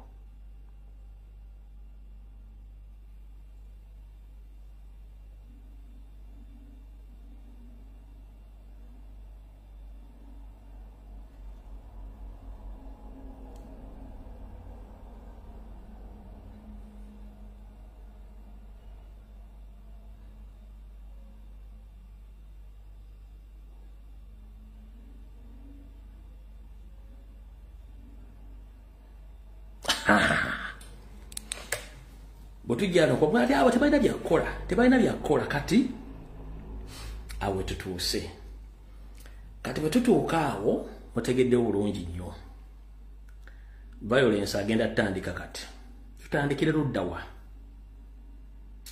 kansoke mmala okuwakana akasajja kyayiwaako tulekere ku violence mukulu Frank Gashumba jebaleko gyotuusaako engalo kansube gitambula bulungi sisimuka yadda luddawa yiwasisimuliranga abantu mu office zo n'ofuna okwata abaana b'obuwala n'obasiiga ebirwadde yadda luddawa Frank Gashumba bannayuganda tutegeera missioni yammwe naye temujja kugiggusa obeera ku radio ya Balamu n'ovuma Kyagulanyi n'akusiriikirira tajja kuddamu ffe tugenda okuddamu era Kyagulanyi mubi nnyo yasinga obi mu Uganda simanyi abadde agenze okulaba Kamiliyoni ng'agenze kufunako kifaananyi amakulu gamukubeko mbu agenze kulaba mbu agenze kufuna bifaananyi mukulu Frank Gashumba ekizibu kye mulina mugatta ebintu bingi nnyo ye wakinjogera ebigambo bino nga sisose kuzanya katambe kabantu bakawulire ndyoke nkususumbula otegeere wulira Kamiliyoni kyalambulangako mulwadde n'amulekera emitwalo sorry Principal Kyagulanyi talina mulwadde gwe yali alambudde n'amulekera emitwalo 10 ayagala ajja akulambule yeekubisa nawe ekifaananyi bukedde leete front page storage Bobi Wine alambudde Kamiliyoni mu bajegabe bano baluuza bo balowooza nti nno Principal yakyalidde mukwano gwe tewali mu Uganda wano tewali muyimbi ayina ttima nga Bobi Wine Bobi Wine ku nsi kuno abaluwinga ebintu biryabi ye familia ye n'abaganda be yadde tagenze kulaba Kamiliyoni nti agenze mulaba out of love yadde agenze kakasa afaddi kifaananyi kikyenfuna so Kamiliyoni thank you very much obutakkiriza mubizibu tuyimirira ffenna ne bannaffe lwaki mubizibu ate mu bulungi for example now nga mukufa kutugatta mu bulwadde muno yajja n'akulambulako kakati nawulidde mbu Kamiliyoni anoonya ssente genda mu ddwaliro lisingako Kyagulanyi alina ssente ffenna tukimanyi ye opposition politician mu historia ya Uganda asinga ssente njagala nuupu efaaninge Kamiliyoni ayagala nuupu yebemu nja kujja ku radio wano n'apologizinge Kyagulanyi Principal otulaga nti oyagala Kamiliyoni kwata ku 3.7 billion eziwewa nuupu eyalifutinga Kamiliyoni agenda janjabibwe epake alright mumuwulire mukulu Frank Gashumba Kamiliyoni si wa national platform kyekisookera ddala Kamiliyoni wa NRM na PLU gwe ssentebe wa Pirawuligi mu Buganda si bwe kiri nti yes ekyokubiri okugenda okulaba omulwadde oba okukyalira omulwadde si kyabuwaze ate si buli awaayo nti yeesoma kyekisookera ddala ate mukulu njala kujjukiza nti gwe ekizibu ky'olina abaana abato baakola okubayitako bwe buzibu mulina Gashumba okula mulimu ki era Gashumba oyo nnyumba mu Kampala eruddawa muddira ennugu ye mulina nga muli balosers nga bw'oyisa aboogera Kyagulanyi nti balosers n'ogiteeka ku bantu Gashumba toyina nnyumba mu Kampala kubanga oli mupangisa nga n'olumu neezaale nti zikubula bw'otuna Kyagulanyi ng'ali ku acres aliko emagere ng'alina ne wa Love Beach ebusaabala eri ku acres empitirivu ali yazimba ekitebe ky'ekibiina kye alina n'essomero Kamooca n'olaba nga tava ku nnyonyi kati ggwe ekyo kyekibeera ekizibu kyo so si by'oyogedde no kansubira nti bwadde oli mu studio omutu wadde teweetisse gwa Sheila Gashumba kubanga Sheila Gashumba atera okubeera ng'akozesa omutwe gwe ng'akola bizinensi ze ez'okumansula kansubira nti omutu wadde teweetisse mutwe gwa Sheila Gashumba ng'oli mu studio awo okwogera ebigambo ebyo kisookera ddala kankunyonyola gwe kennyini toteekeddwa nakubeera ku radio okwogera ekigambo kyonna kubanga yo public nuisance You are not supposed to be or to be hosted on a radio station. You're a public nuisance. You don't deserve to be on any national platform to talk about national matters. Because you don't belong to Uganda. Publicly say that you are in Rwanda. Rwanda is an independent country. So you are in the wrong country, addressing wrong people. So Mr. Gashumba, oli munsi nchamu. Oyogera n'abantu abacha munsi nchamu, wagamba oli munyarwanda. Ensi ebinga bya Uganda bikukwatako. Kati oyogera n'abantu abacha mukisokera ddala. Gwatandeka osimuka etalina wadde etalina de ekyuma ekikuba buloka. Oba ekikuba pavers. Wakosa office noteka mwini nyasisimu kakukwatira mbaana babandi bafunisa sirimu na mbuto. Kyewakolako ekyamaanyi ate ekyakuswaza kwe kukwata omwana nabukeera gobayo kyomulyo n'omufuulanga property era n'omufera n'omubba n'emmotoka ne ssente ze ne mwawukananga babigo to the extent wali yagala mujjako kya Julayina era mwayawukana bubi nakato kyasobola kuyimirira n'ayogera mu bantu nti gwe ayamba ani gweoyamba nabukeera ne muwala wo kennyini gweweezalira tano Sheila Gashumba naye yayawukana naawe nga babigo kubanga wamulaga kye bayita obusiru ng'omusajja nga tosobola kukola. Era omwana tewamusomesa na buli kimu. Era Katonda akuwa omuggo, yakuba omuggo n'akuwaka n'akazingiriiti abeera ku social media nga keeyambula kuba gye mirimu gikasobola okukola. Kati mukulu njala kugamba bwe tuba twogera ku nsonga z'eggwanga toli qualified, toli munnayuganda nga oli munyarwanda tu. Tolina moral authority yogera ku musajja mufumbo gwe ng'osibwa kasabbuuni wakuba kasabbuuni.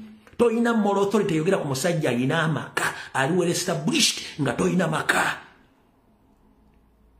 Tolina ekyobugagga kyolina masuuka nangoye na perfume kyolina n'ettaka ly'olinako eryewa mu kyali wali anto ino kitawo yabbalibbe. Tolina moral authority yogera ku musajja mufumbo alina abaana. Is responsible. It is on record. Omuntu yenna amanyi okumanajinga finance ze yamanyi butya bwa spendinga sente ze. Sente abamalaga mansa sente bafere. Sente zibeera ku budget. Bafere sente zibeera ku budget. Kyobana Museveni sente zaagala abanzibe. Kati gwe olw'okuba tolina kyolina oli mwavu mpanga byoya singa obadde olina business wandibadde tokyabeera ku radio ya Balamu ng'omukozi. Waina Facebook account ng'ojja n'oyogera ku bantu 200 abantu 500 abantu ne Facebook yakulemu okumanaginga. Facebook account yakulekamu omanaginga n'ogiddukako. Nojja ku TikTok gwosa bitundu byakyama baana bali ku social media nayo nekulemu okumanaginga n'olema n'okumanaginga akaana akamuke wasigaza n'otuuka n'okufunisa omwana olubuto n'omusiga siriimu n'amaliriza ng'agenze mu nsaba babies home n'omwana tumanyi gyali odda mu bantu oyogera tolina buyinza kwogera mu bantu. Kyagulanyi munnayuganda kati bwako nga munnayuganda ku nsonga ezigenda mu maaso mu ggwanga wadde mbogenda okulaba omulwadde batagenze era n'omulwadde kye yakoze kyabadde mu rights ze okugaana omuntu ogenda omulaba era tewali yakiganye. Kati gwe bw'ogamba nti yadde agenzeko kuba ebifaananyi Jakana Nadduligo watta wagenda n'omulabako mu lukwendo walimu okutta Dr. Sipiriano Kizito Lwanga wagenda n'omulabako niyo okuziika wagenda kubanga wali mission ewedde.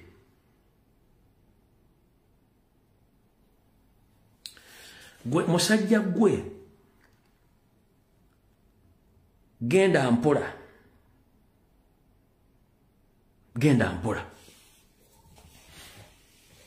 gwogamba nti mukodo wagende uwe n'akuwa ekikopo ky'amata n'akuwa sausage n'akuwa omugaati oguliko blue band n'akuwa amazzi ga bwereere n'akutuuza ne mu compound ye n'olya ne ku esi bulungi nnyo n'olaba ne TV ye mushira tono bisasula sente meka. Omukodo yandibadde akukomya ku gate Kyagulanyi yaliddeko nawe waliyo kyazizaako Kyagulanyi ewo mu nnyumba y'opangisa gy'opangisa oba mwali musisinkanyeko wantu wona omugula ekikopo kya caayi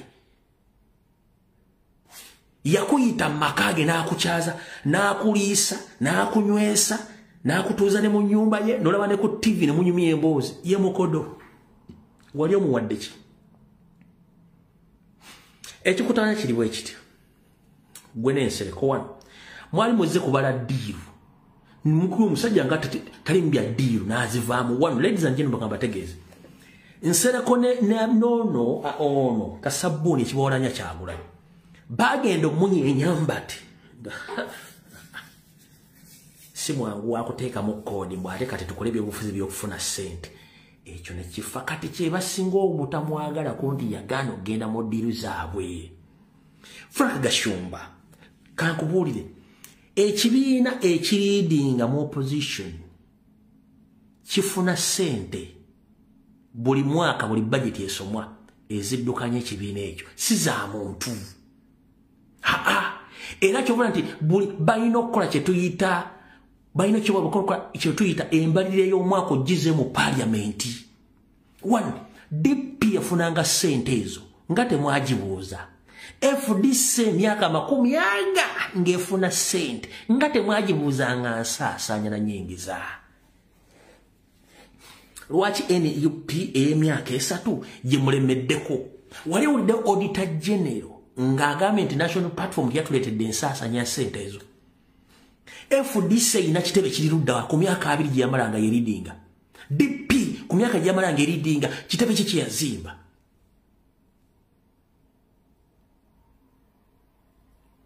Mukuru ebintu byeraga bwerazimu mwina bukyalina kasajja nti akasajja kaatuyitako.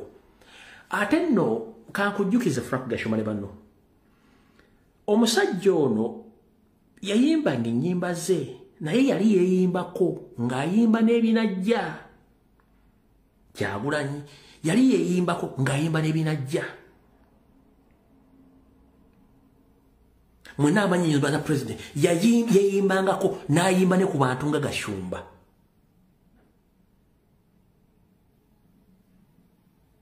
Naye ngenda kugamba ekigambo kimu. Enkima gyekoma okulinnya omuti gyekoma okwolesa obwerere bwayo. Frank Gashumba ne gurupu yammwe temugenda kulaba ku mulyango gwa ggulu. Olw'ensonga enkwe zibayitiridde obungi. Gwe nkuvuddeko ngenze ku muntu omulala kati.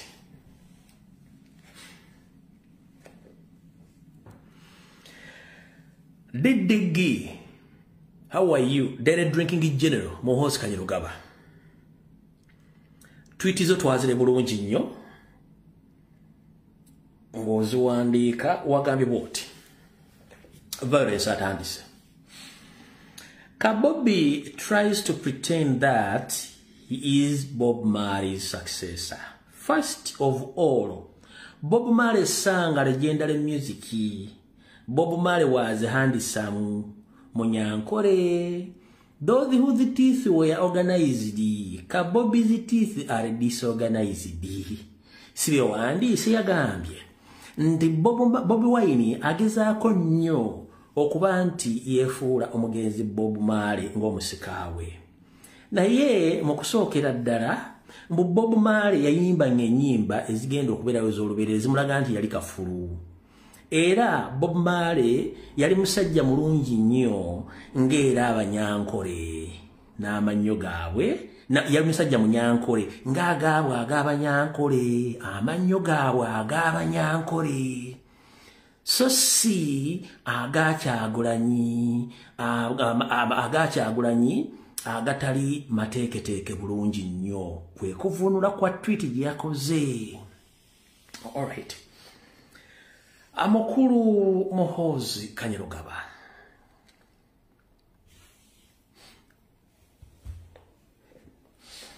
Abantu bakugamba ebigambo bingi naye nze ngenda kuwaana buwaanyi. Ngenda kwawukanako ku balala ngenda kuwaana buwaanyi. Ekisookera ddala. Oli very unique. Amongst all men in Uganda, you are very, very, very, very, very unique. Why? You drink beyond your capacity. That means you are so unique amongst all Ugandans. You drink beyond your capacity. That means you are beyond other men in Uganda. You are so unique. You drink even you fail to go back to your house. Ono no suno wera bina okudde waka kitegeezo unique nnyo. Ngenda kuwaana boy wange. Gono omanya kyolimba. Nze sigenda kuvuma, ngenda kuwaana. Okumanya oli unique, musajja gwe. Okumanya oli unique. mu ngeri abala gye batamanyi. Wattu gwe musajja yekka asoose ndowooza ne famire ne kitaawo okubeera mu nsi gy'otazaalibwamu gy'otalinako buwona buddo. Ekyo kiri ku likodi. Gwe musajja asoose ne kitaawo okubeera mu nsi nga temuli bannansi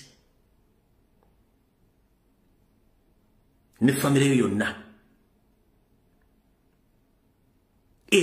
Ekyo nno si kyangu. Kiringazi bwe nava nengera mu America nembira mu America ndiko kuulokosa nenga binjogera si bituufu sirisina. Gwe musajja ali unique ne famire ne kitaawo abadde mu nsi nga temwafuna visa, temwafuna working permit, wabula muri mu nsi mugitulugunya mutta abantu mukola buli kimuteri abakwatako. Muri very unique, mubali nnyo mubalire ddala. Era tusime emirimu gye mukola. Oli very unique about that. Kubanga tuli munna Uganda, oli musajja enzaalwa, kubanga okusonda ku kiwandiiko kye nnina, oli musajja enzaalwa eye Tanzania naye ate ebiwandiiko kugola Moses nti oli we Kenya. So oli unique nnyo mukulu. Ekyokubiri, gwe musajja asoose mu Uganda okuba nti oli 2 in 1. It is very hard to find a man like you. Oli 2 in 1. Oli both ladies and gentlemen. Bwetugamba ladies and gentlemen, oli mwambi baba bayita ladies and gentlemen. Gwe teweetaaga kutunula bwe omusajja kyali. Oli 2 in 1 byonna obijaamu. Waaki. Ekisookera ddala. Bwe bakuyita gentleman, oyina buno busulubu bulinga ng'embuzi ya kimemeesa balaavu. Kitegedde bulungi nnyo. Omutwe gw'omutwe gw'olina sometime guzikustowerera nga Katonda yakuwa omutwe omunene okusinga omutwe yakuwa omunene okwenkana bodeyo. Kitegeezera oli unique. Ekyo nga tukimaze. Gwe musajja yekka mu Uganda yonna asobola okuyonka mukazi wate naye naakuyonka kubanga olina amabeere wabunduka. Era ebbanga limaze mu bufumo ng'omukazi bw'azaala n'ayonsa amabeere ne gabunduka. Naawe gwe ne mukazi omubaddemu oyonka olaalonga amabeere ne gabunduka. Ate njogere nze nage ngenda kukuwaana va ku bali abaakuvumye. Ngenda kukuwaana mpaka kuwulira bubi. Ngenda kukuwaana mpaka kuwulira bubi. Olaba amabeere gano gaago tuno twetulevu twenjogeddeko tuno tulevu tuno. Oto tulevu. Kati gana amabeere obadde oyonkanga muwala wakuteesa nga naye akuyonka. Kati agage gaagwa n'agago gaagwa. Kati oli unique nnyo musajja gwe. Oli unique nnyo. Ekyo nga nkivuddeko.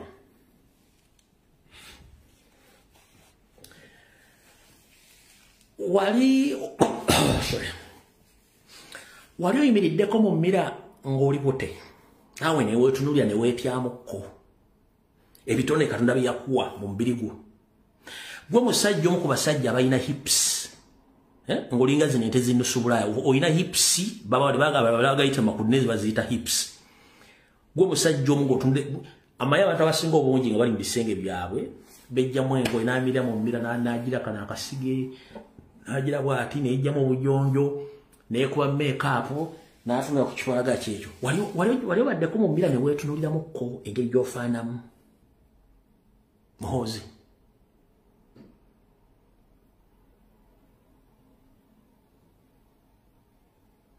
Nkubuuza.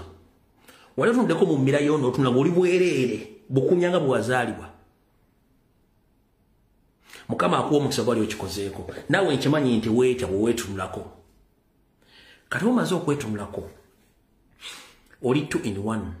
Oli mukazi ate oli musajja kubanga olina hips oba olina amakudde ge baakugambye. Kitegeeza nti oli unique mu mbeera ze z'obuntu.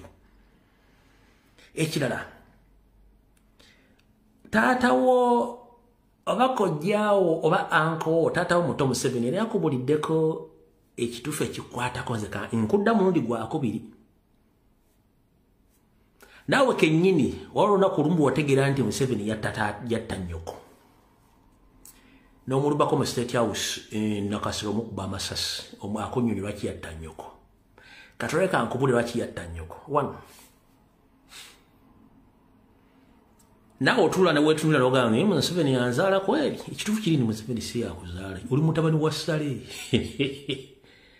oli mutabani wa Sale ekyo naawe okimanyi bulungi nnyo bayagala kuuma byama Sale yakuzaala Museveni yagendanga okunoonya ebyokulwanyisa Sale ng'eno awujja ekiwojjolo ye product yavaamu we bwe wetunula ne Sate mulanga mufaanagana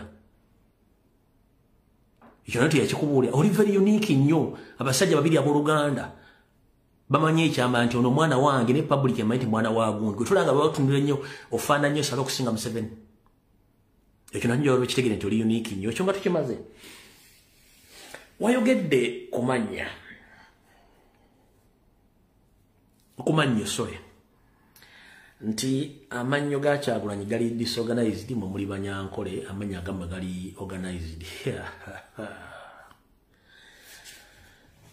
ayogera omwami agamba gakansoke nkulageko wano omanyizi byange mbyogera kati ng'omusezi agula essiyani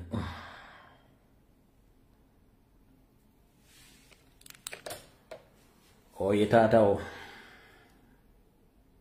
oyani oye taatawo si oyo gali organized oye taatawo kisawo vuga si oyo gali organized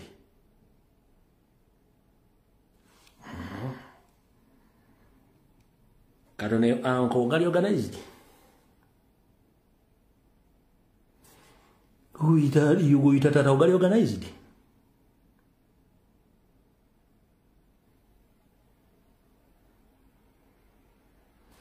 Nyongere mu gali organized Zoom in, zoom out, zoom in, zoom out, zoom in, zoom out gali organized yako Gwa bitinkudde Gwa bitinkudde Zoom in, zoom out, zoom in, zoom out, zoom in, zoom out gali organized Leka nkuze kutatawo mutuufu naye nkuze wano kutatawo Zoom in, zoom in Zoom in, zoom out gali organized gali organized kati bwetuvaawo tugenze kugoyita maama oge muli Banyankole tebatunuza mannyo oye maama o Jenete atunuza mannyo gago uyu maama oguyita maama si maama ono Jenete atunuza mannyo kiki ekyatuuka gali organized zoom in zoom out zoom in zoom out tuvuddewo tugenze kubano ba sister nabo batunuza mannyo naye batunnyo mix batunuza mannyo tewali kira kutunuza mannyo bonna batunuza mannyo baabo ba sister wo batunuza mannyo ebino biduga biringa kiwi eddagali ya kiwi baabo bonna batunuza mannyo ate kwe bali kuno mbalaba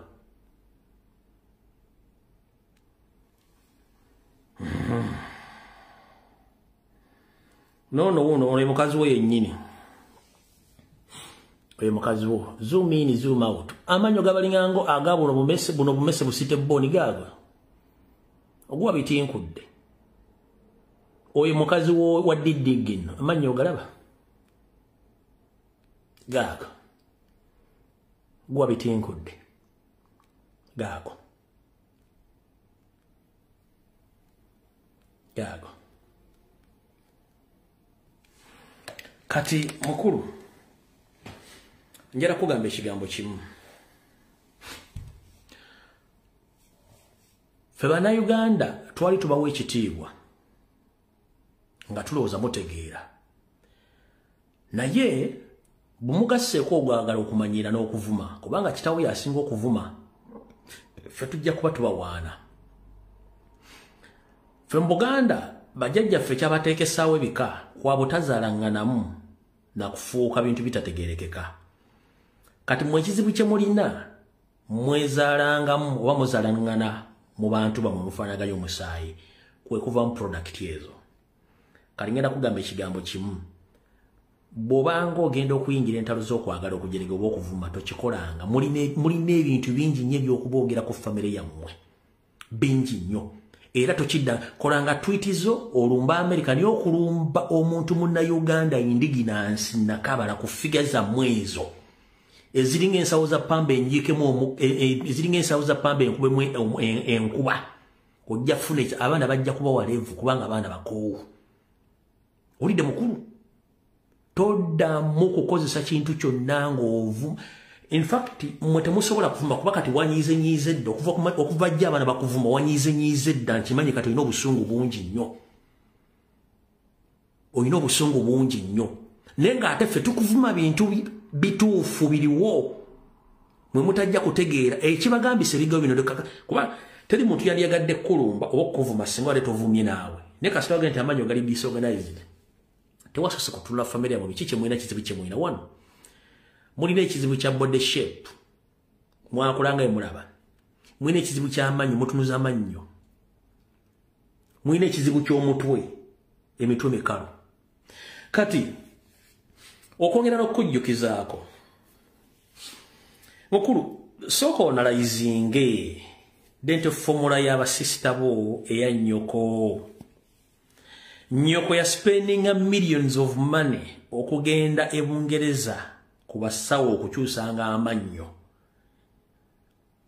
omusawo yasemba yamugamba ne banyoko bona gye bali bagenda babagamba ekintu kyamwe kino kiri mu musaayi tetusobola kutereza amannyo gammwe gano wadde ogashaping ogakola kiri mu musaayi amannyo gammwe galinga ga bumiu gambazi galina kubeera kungulu bwe gatunyo mix so kati era omusawo yakigamba mugamba wo kwali kuno Janet kwali Museveni bakimugamba ne banyoko bonna bakibagamba kizibu nnyo okutereza amannyo gammwe kiri mu musaayi gwammwe kubanga mwezaalamu so kati ekizibu kye mu Facebook olwaleero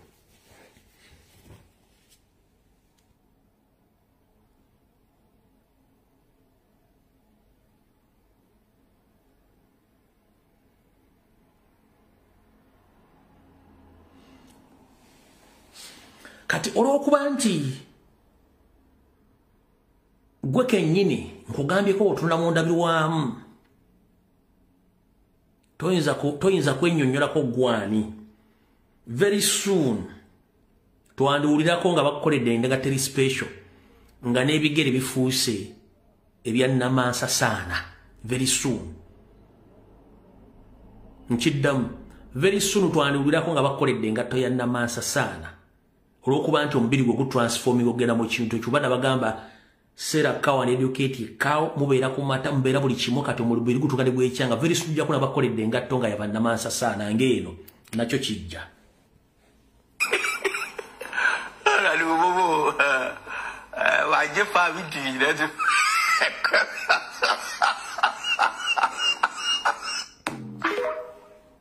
ojja very soon bagenda kukolera engatto eno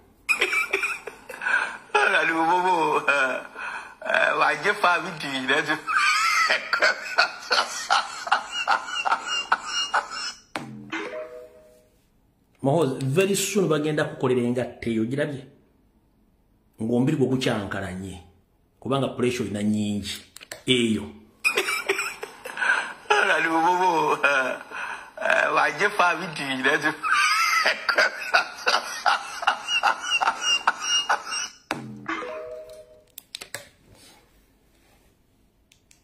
awo tuvuddewo tugenze ku nsonga endala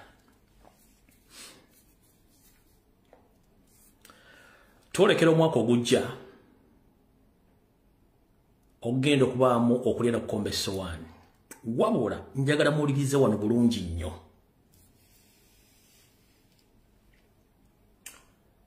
mwalabyeko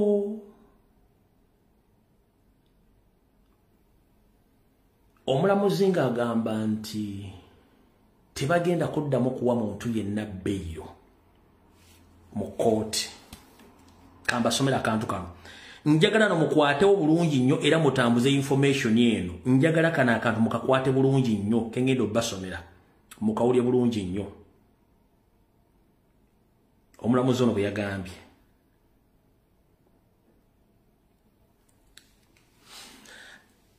naye ng'ayogera bino bamuyita Flavian Nzeija era naye bw'omutunulira yennyini Nzeija yagambibwa ati Principal Judge Flavian Nzeija has directed all magistrates not to release on bail suspect who face capital charges. Oyo bwata byagambye. Kati kiche kigenda maaso. Ekigenda maaso kikino. Nabagambye konti Museveni planninga okuteekawo obunkenke mu ggwanga okuteekawo state of emergency nga baagala ku implementing a martial law. Martial law eno bagenda gi-implementing batya. Nabagambye wiki ewedde nti Museveni planninga okusettinga bomb mu makanisa, mu mizikiti, ku bivulu oba mu bus ezisaabaza abasabaze bannayuganda bagenda mu nnaku enkulu then alyoka ateeka mu martial law. Ng'abantu bagenda okukwata omuli ne president tebagenda kufuna beyiro wadde omuntu yenna ogenda kukomera okulambula omusibe yenna. Kati abasinga obungi temwapiikinze information eno. Kati bayina etteeka lye baayisa baliyita preventive arrest. Etteeka eryo basobola okulowoozesa nti ogenda kubba enkya ne bakwata olwayo n'otabba. Kati mu intelligence nabo bayina ekintu kye bakozesa kye baagala okuimplementinga. Bakiyita preventive intelligence. Kati preventive intelligence eno bo baagala kikola wekinaatuukirawo kibenga ekipya naye ng'oludde kiri implemented kitya. Ono omulamuzi olwamaze okugamba nti teri bantu bagenda kuweebwa beyiro nga bali misango egibavunaanibwa tibakkirizibwa kuweebwa beyiro. Ono yabadde yakakyogera. Omwogezi w'amakomera Frank Abayine najja n'agamba yakoze statement eno ngenda giba mu press release njiwene mu video. Yagambye bw'ati nga 16 Ogw'Okubiri press release. Standby class 1 for Uganda Prison Services nga 16 Ogw'Okubiri 18 January 2025. Kati let me tell you one thing. Ambule kino kigambo kino.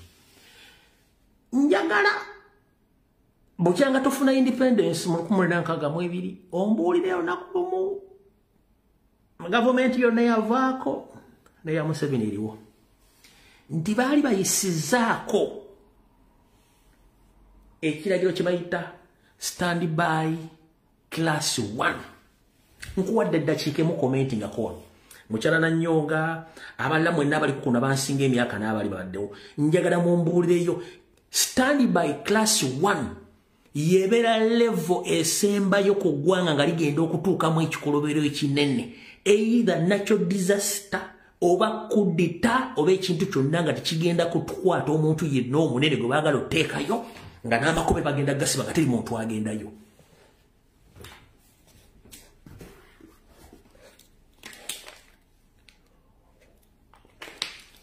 Kebere Kenya, kebere Rwanda, kebere Vietnam, kebere America, tekisoboka tekiyitanga nawo. It is very, very, very impossible.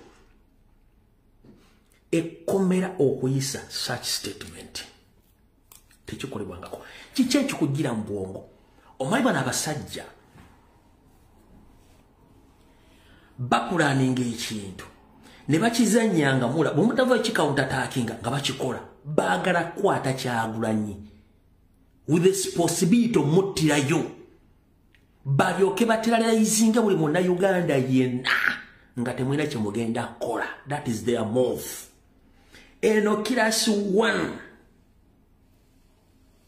bagikola nga waliwo either natural disaster yagudde mu nsi oba waliwo state of emergency. Kati gogamba otya omulamuzi yagamba tebagenda kuwa muntu beyiro. Jukira omulamuzi yagamba tebagenda kuwa muntu beyiro. Ono kaumenta ndana yagamba standby class 1 for Uganda Prison Services okuva nga January 16 okuva December 16 mpaka January 18. Kiche mugenda okukola bakulu. Njagala ogende mu Gola Moses kwate simu yo yegogo onteremu ekigambo kyebayita standby class 1 ekyali kyapeninzeko mu nsi yonna mu prison sector tekibangawo. What are they planning? Ekiwandiko kiyinza okuba ekinene okusomera. Neka nkusomere mu kankyangu ye mangu wano owulire bulungi nnyo. Bagambye bati, the Commissioner General of Prisons has declared a standby class 1 period for all prison services staffs effective from 16th December 2024 to 18th January 2025. This directive comes as the festive season often brings excitement amongst the prisoners' staffs, leading to potential security lapses. Additionally, the prevailing the threats of terrorism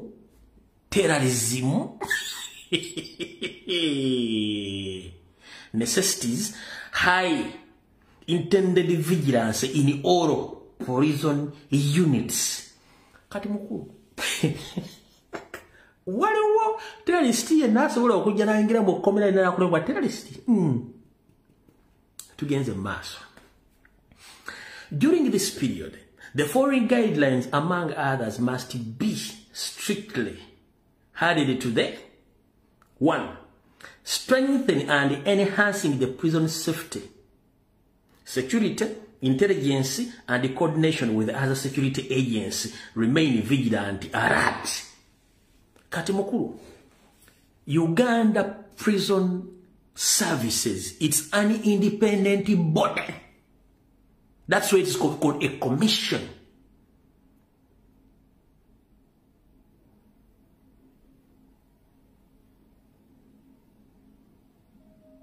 It is called a commission. You understand? Teriyo mugwagwa mu nsi yonna asobola kujjaga nti alumba kkomera. No, kyeto kiriyo. Mwe muli basiru nnyo mu ababalagavu. Mwe sera kawa educate kawa. Ngenda balagavu yadde ayambadde. N'agamba. Hired prisoners labor kibaluwa is suspended. Nti abasibe mbadde mulanga batambula ebwero badde bagenda okulima mbwe kibaluwa babaganya okudda mu kikola. Prisoners visitors are suspended, but prisoners items can be delivered at the prison gates. Bagambye nti abadde bagenda okulambula abasibe bawereddwa mbagirawo naye ebyo ebadde bigenda okuleetebwa ebibadde bagenda okuleetebwa eri abasibe bajja bireete nga bikoma ku gate akokona. Ensure adequate supplies to the last through the period. Nti bajja kubanga abasupplying ebintu ebikosoma okukomera babireeta mpaka tamu eri bene ba suppliers abasupplying ebintu mu makomera. Regulate admission of the prisoner to the outside to regulate admission of prisoners to outside health facilities and enhance development where it is necessary. Kati ulira nebyokujjanja abasibe nayo bireeseemu akafandale. Restrict an authorized person from accessing the barracks. Note, officers in charge who breaches the guideline shall be personally held responsible. Kati byebyo kati kambalaga omusajja ono mulyoke mutegere nti okuweerera abantu si kyangu ate ente ziri mu nsi. First and foremost, baba wekyambala ekirala naye omuntu azze mu public okwadressinga eggwanga nayambalyako poti ye ku mutwe ya prison empya. Enkofira zino eremba zino enkofira zino ze bambala. Enkofira ojambala ogenda kuki ogenda ku duty oba ogenda gy'osuubira nti oyinza okufunira buvune. Naye gentleman mu governmental system yazza okwadressinga public ng'ataddeko poti ye ku mutwe eya prison ajambadde adressinga eggwanga. Wulira. Standby class 1 for Uganda Prison Service. Nakatamuke ku mutwe. Standby class 1 period for all prison officers effective from 16th December 2024 to 18th January 2025. During this period, the following guidelines, among others, must be strictly adhered to. 1. Strengthen and enhance prison safety, security, intelligence, and coordination with others, remaining vigilant and alert. 2. Hired prisoners' labor, commonly known as Kibarua, is suspended. 3. Prisoners' visitations are suspended, but prisoners' items can be delivered at the prison gate. 4. Ensure adequate supplies to your units to last throughout the period. 5. Regulate admission of prisoners to outside health facilities and enhance deployment where necessary. And finally, restrict unauthorized persons from accessing the barracks. To note, any officer in charge who breaches these guidelines shall be personally held responsible.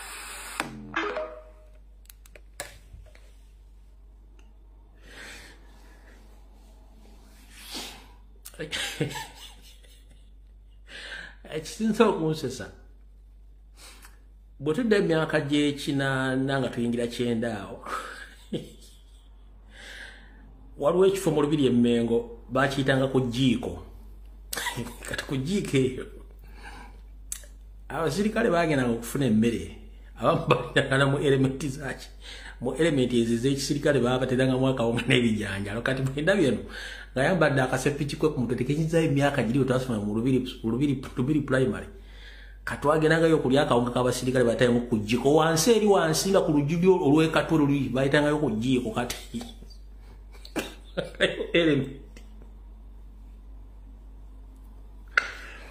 nefula ebizibu mu nsi muno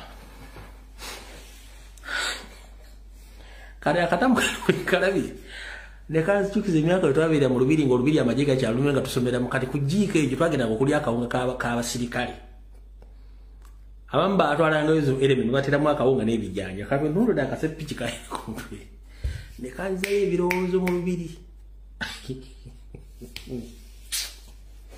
oli ku National TV ogenda ku addressing eggwanga oyambadde akasepiki alifu togenda mu lutalo yene yasomerako mu Lubiri ebiserebo ng'amagye gakyaliyo oba ku jjiiko mukyajjukirayo simanyi munajja mu inbox yange amusikyamanyi nange nabiirabira naye kadda Windows naye nga yasomerako mu Lubiri ng'okyamanyi ku jjiiko gye twagendanga okulya akawunga k'abasirikale ku lunch time kandabe ono nkyajjukira yaani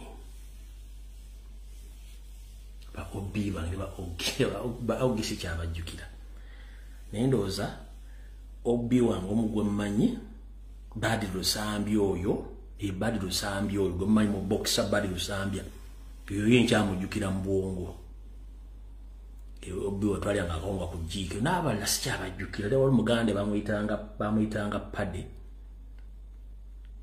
ani omulala awo sikyabajjukira otwalyanga akawunga ku jjiiko twalina effujjo ngende nga bano bakyali balira buno busefuliya kale awo Justin mbadde njala basisambosesa naye kati okufulumya eyo class 1 standby balina ekintu kye bapulaninga kinene naye kambasookeyo wano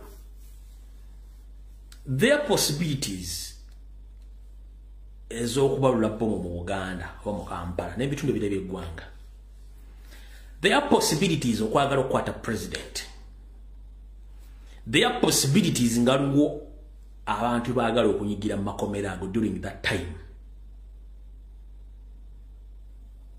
nga bakiteekawo tebagenda gaba beiro teri muntu kujja muki kujja mu kkomera kula muntu so whatever they are planning kijja kujja nga bakyagala naye mbalabula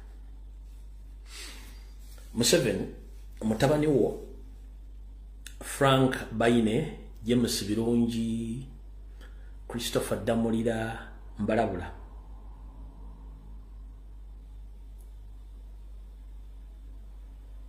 muine mundu muina amagye muina police naye temumanyi kiki mutuulidde muli ku time bomb 1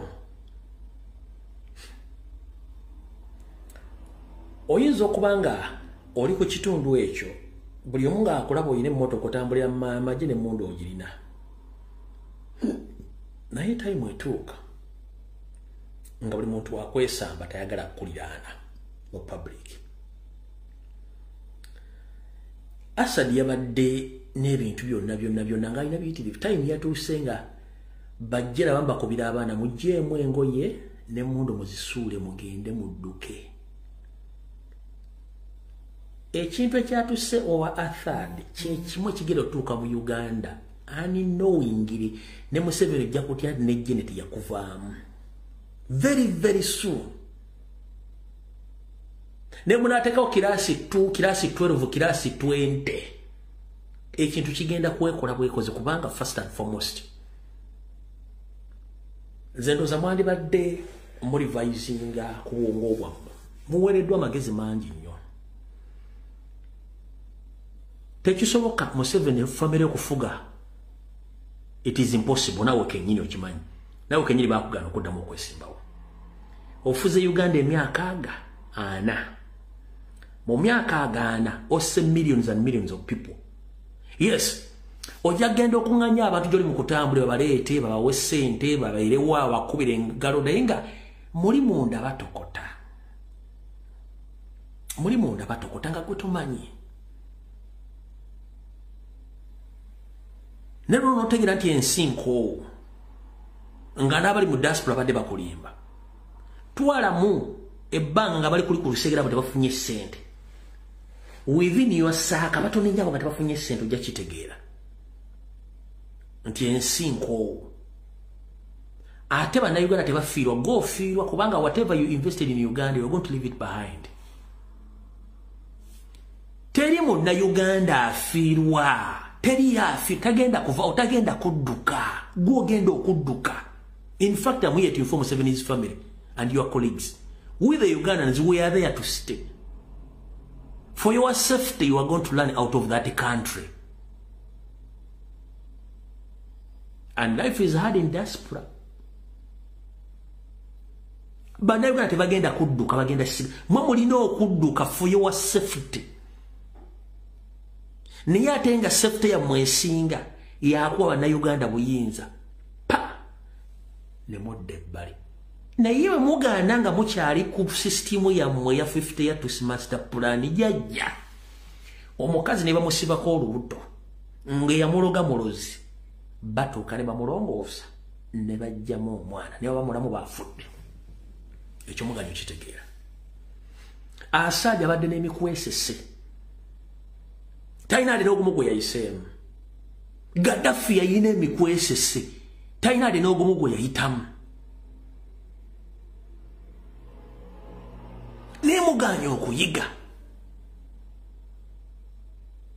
Si buli akusinikira nti akuba engalaba akwagala nno. Kati kino kanakikutegeeza. Ffe tulaba nti tuba criticizinga n'okuba directing ebintu mukola. But abantu abasinga obutabagala bali mu NRM ne mu government babagala kubanga babbi ekimala bagala kusigaza bintu byabwe. Nkiddamu temuna nti ffe tuba criticizing no bad directing naye abantu abasinga obutagala government eno kwagala ogende be bali mu government yennyini kubanga babbi ekimala bagala kusigaza bintu byo nga tebafulumya eggwanga eryo than your family. You see them teething around that they are supporting they don't support you because they don't want to lose their properties.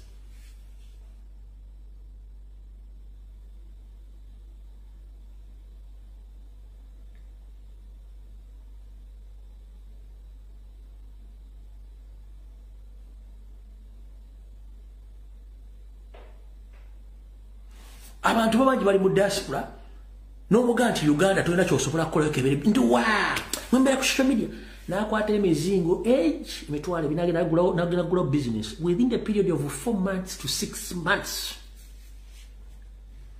Narandiko kabange ente erinnyira wowe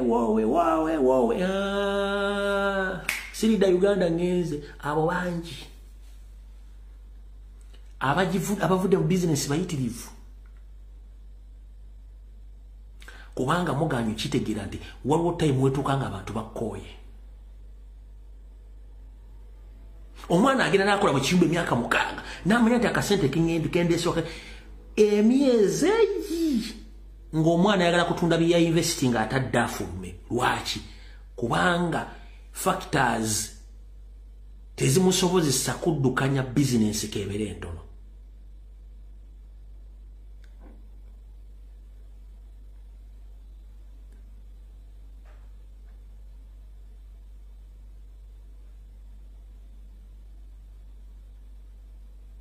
Naye kino nkibabuulira.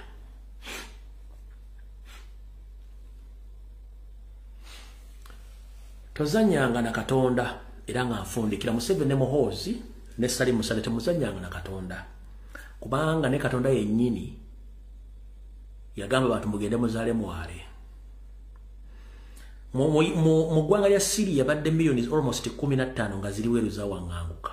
Nga Assad yatta ba Syria. Ngalo zagenda bamulimi okumalawo. Hitler yatta abasajja abayisirayiri n'abajamani n'aba-Europe ngalo zagenda bamulimi okumalawo. Azure Museveni yoseba na Uganda sabaganda tosobola bamalawo.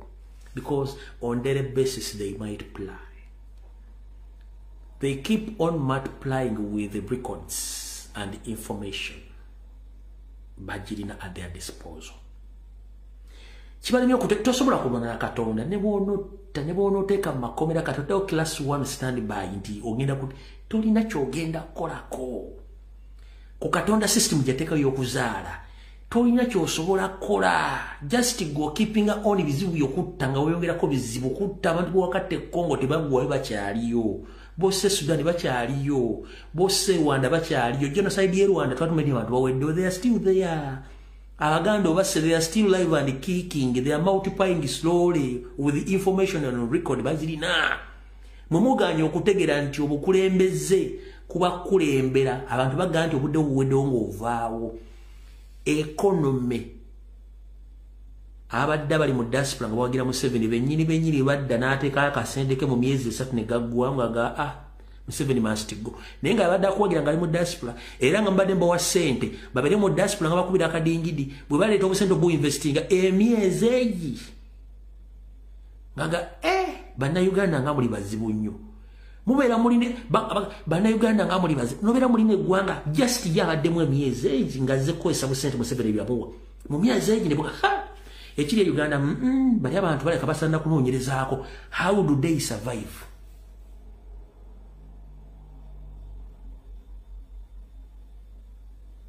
Gwobuuza bonna abantu abavudde ku kibaze ne ssente bakoga emyezi 4 ku 3 bano bannayuganda basurvivinga batya mu bulamu bwabwe naye nga Museveni kyabaagala naye baganye okufukamira bakimanyidde. Kati nze ogwange ngukoze eyo standby class wano gye mutaddewo ebigambo byayo biwulidde ensi ebisigadde Katonda yamanyi kulwa Katonda n'ensi yange. Video ewedde tusinkane ku Lwokutaano saa zijja kubeera 2 Mukama bankuumire. Mwena bafiiriddwa abamu mwena bafiiriddwa ebintu mugume tewali kyakkola. Ensi tuyitamu mpite akowa yanyiviira wabula njala kubafundikira n'akantu kano ddakiika zirigenda kubeera nga 5.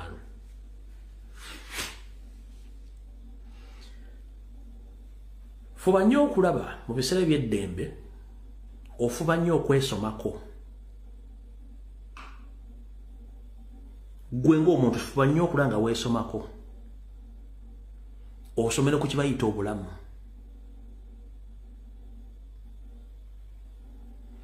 Obulamu bwa bufuna otya obutambuzizza otya era ogenda kukomekkereza otya nabo byebintu byenkulekedde.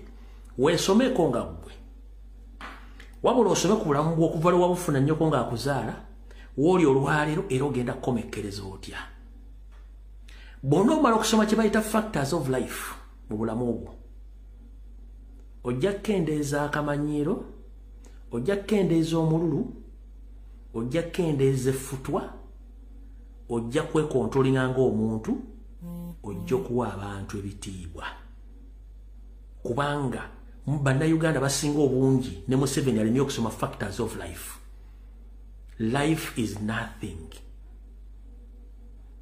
Emmere gy'olya otulo tuweebaka n'ennyumba muweebaka n'obudde bw'omala ku nsi kyekitone Katonda ekiyakuwa.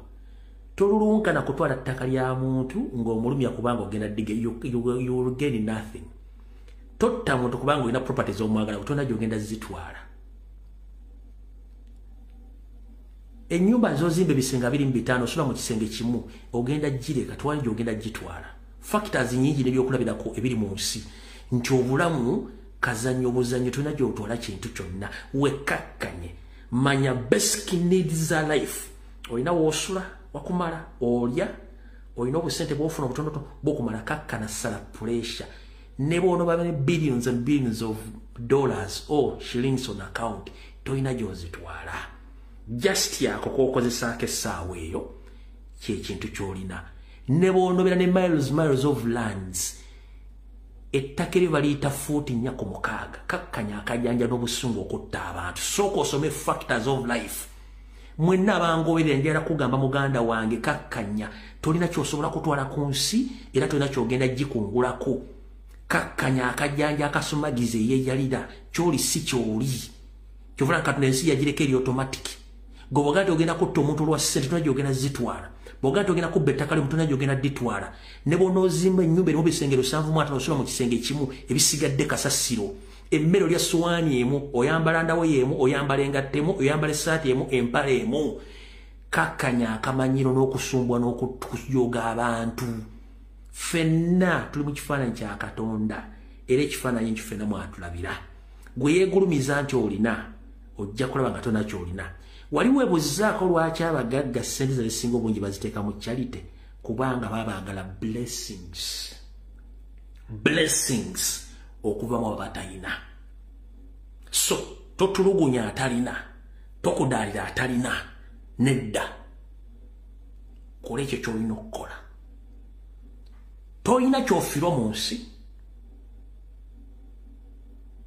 era tolina kintu kyonna kyolinako bwannannyini mu nsi buli kyolina mu bulamu olina obudde bwakyo wogenda okiviirako okirekaawo kabeere omukazi kabeere mwana kagabeere maka kazibeere ensimbi kabeere bulalu buli lwovaawo Katonda atondawo omulala yensonga lwaki mwagaana okutegera nti otambula mu nsi n'osangayo omuntu akufaana exactly kubanga bwovaawo Katonda ateekawo omuntu omulala mu kifaananyi kyo n'ebikolwa byo nga bifaanagana so mukendeeze ettima n'obukyayi n'obutemu ensi tuyita mu buyisi it is a process nze ayogere nkyangenda kuva ojja kujja omuntu omulanga ayogera okunsinga yensi mwe tutambulira kendeeza ettima togenda kuloga muntu kubanga olina kyoyagala nomuleka abeere sigwa muteekawo mukendeeze ettima mukendeeze obutemu mukendeeze obufere kyovula n'abakulembeze bamaliriza baddusi nga bafudde kubanga tebasooka kuyiga factors of life ziri simple nnyo olya webaka olina omulimu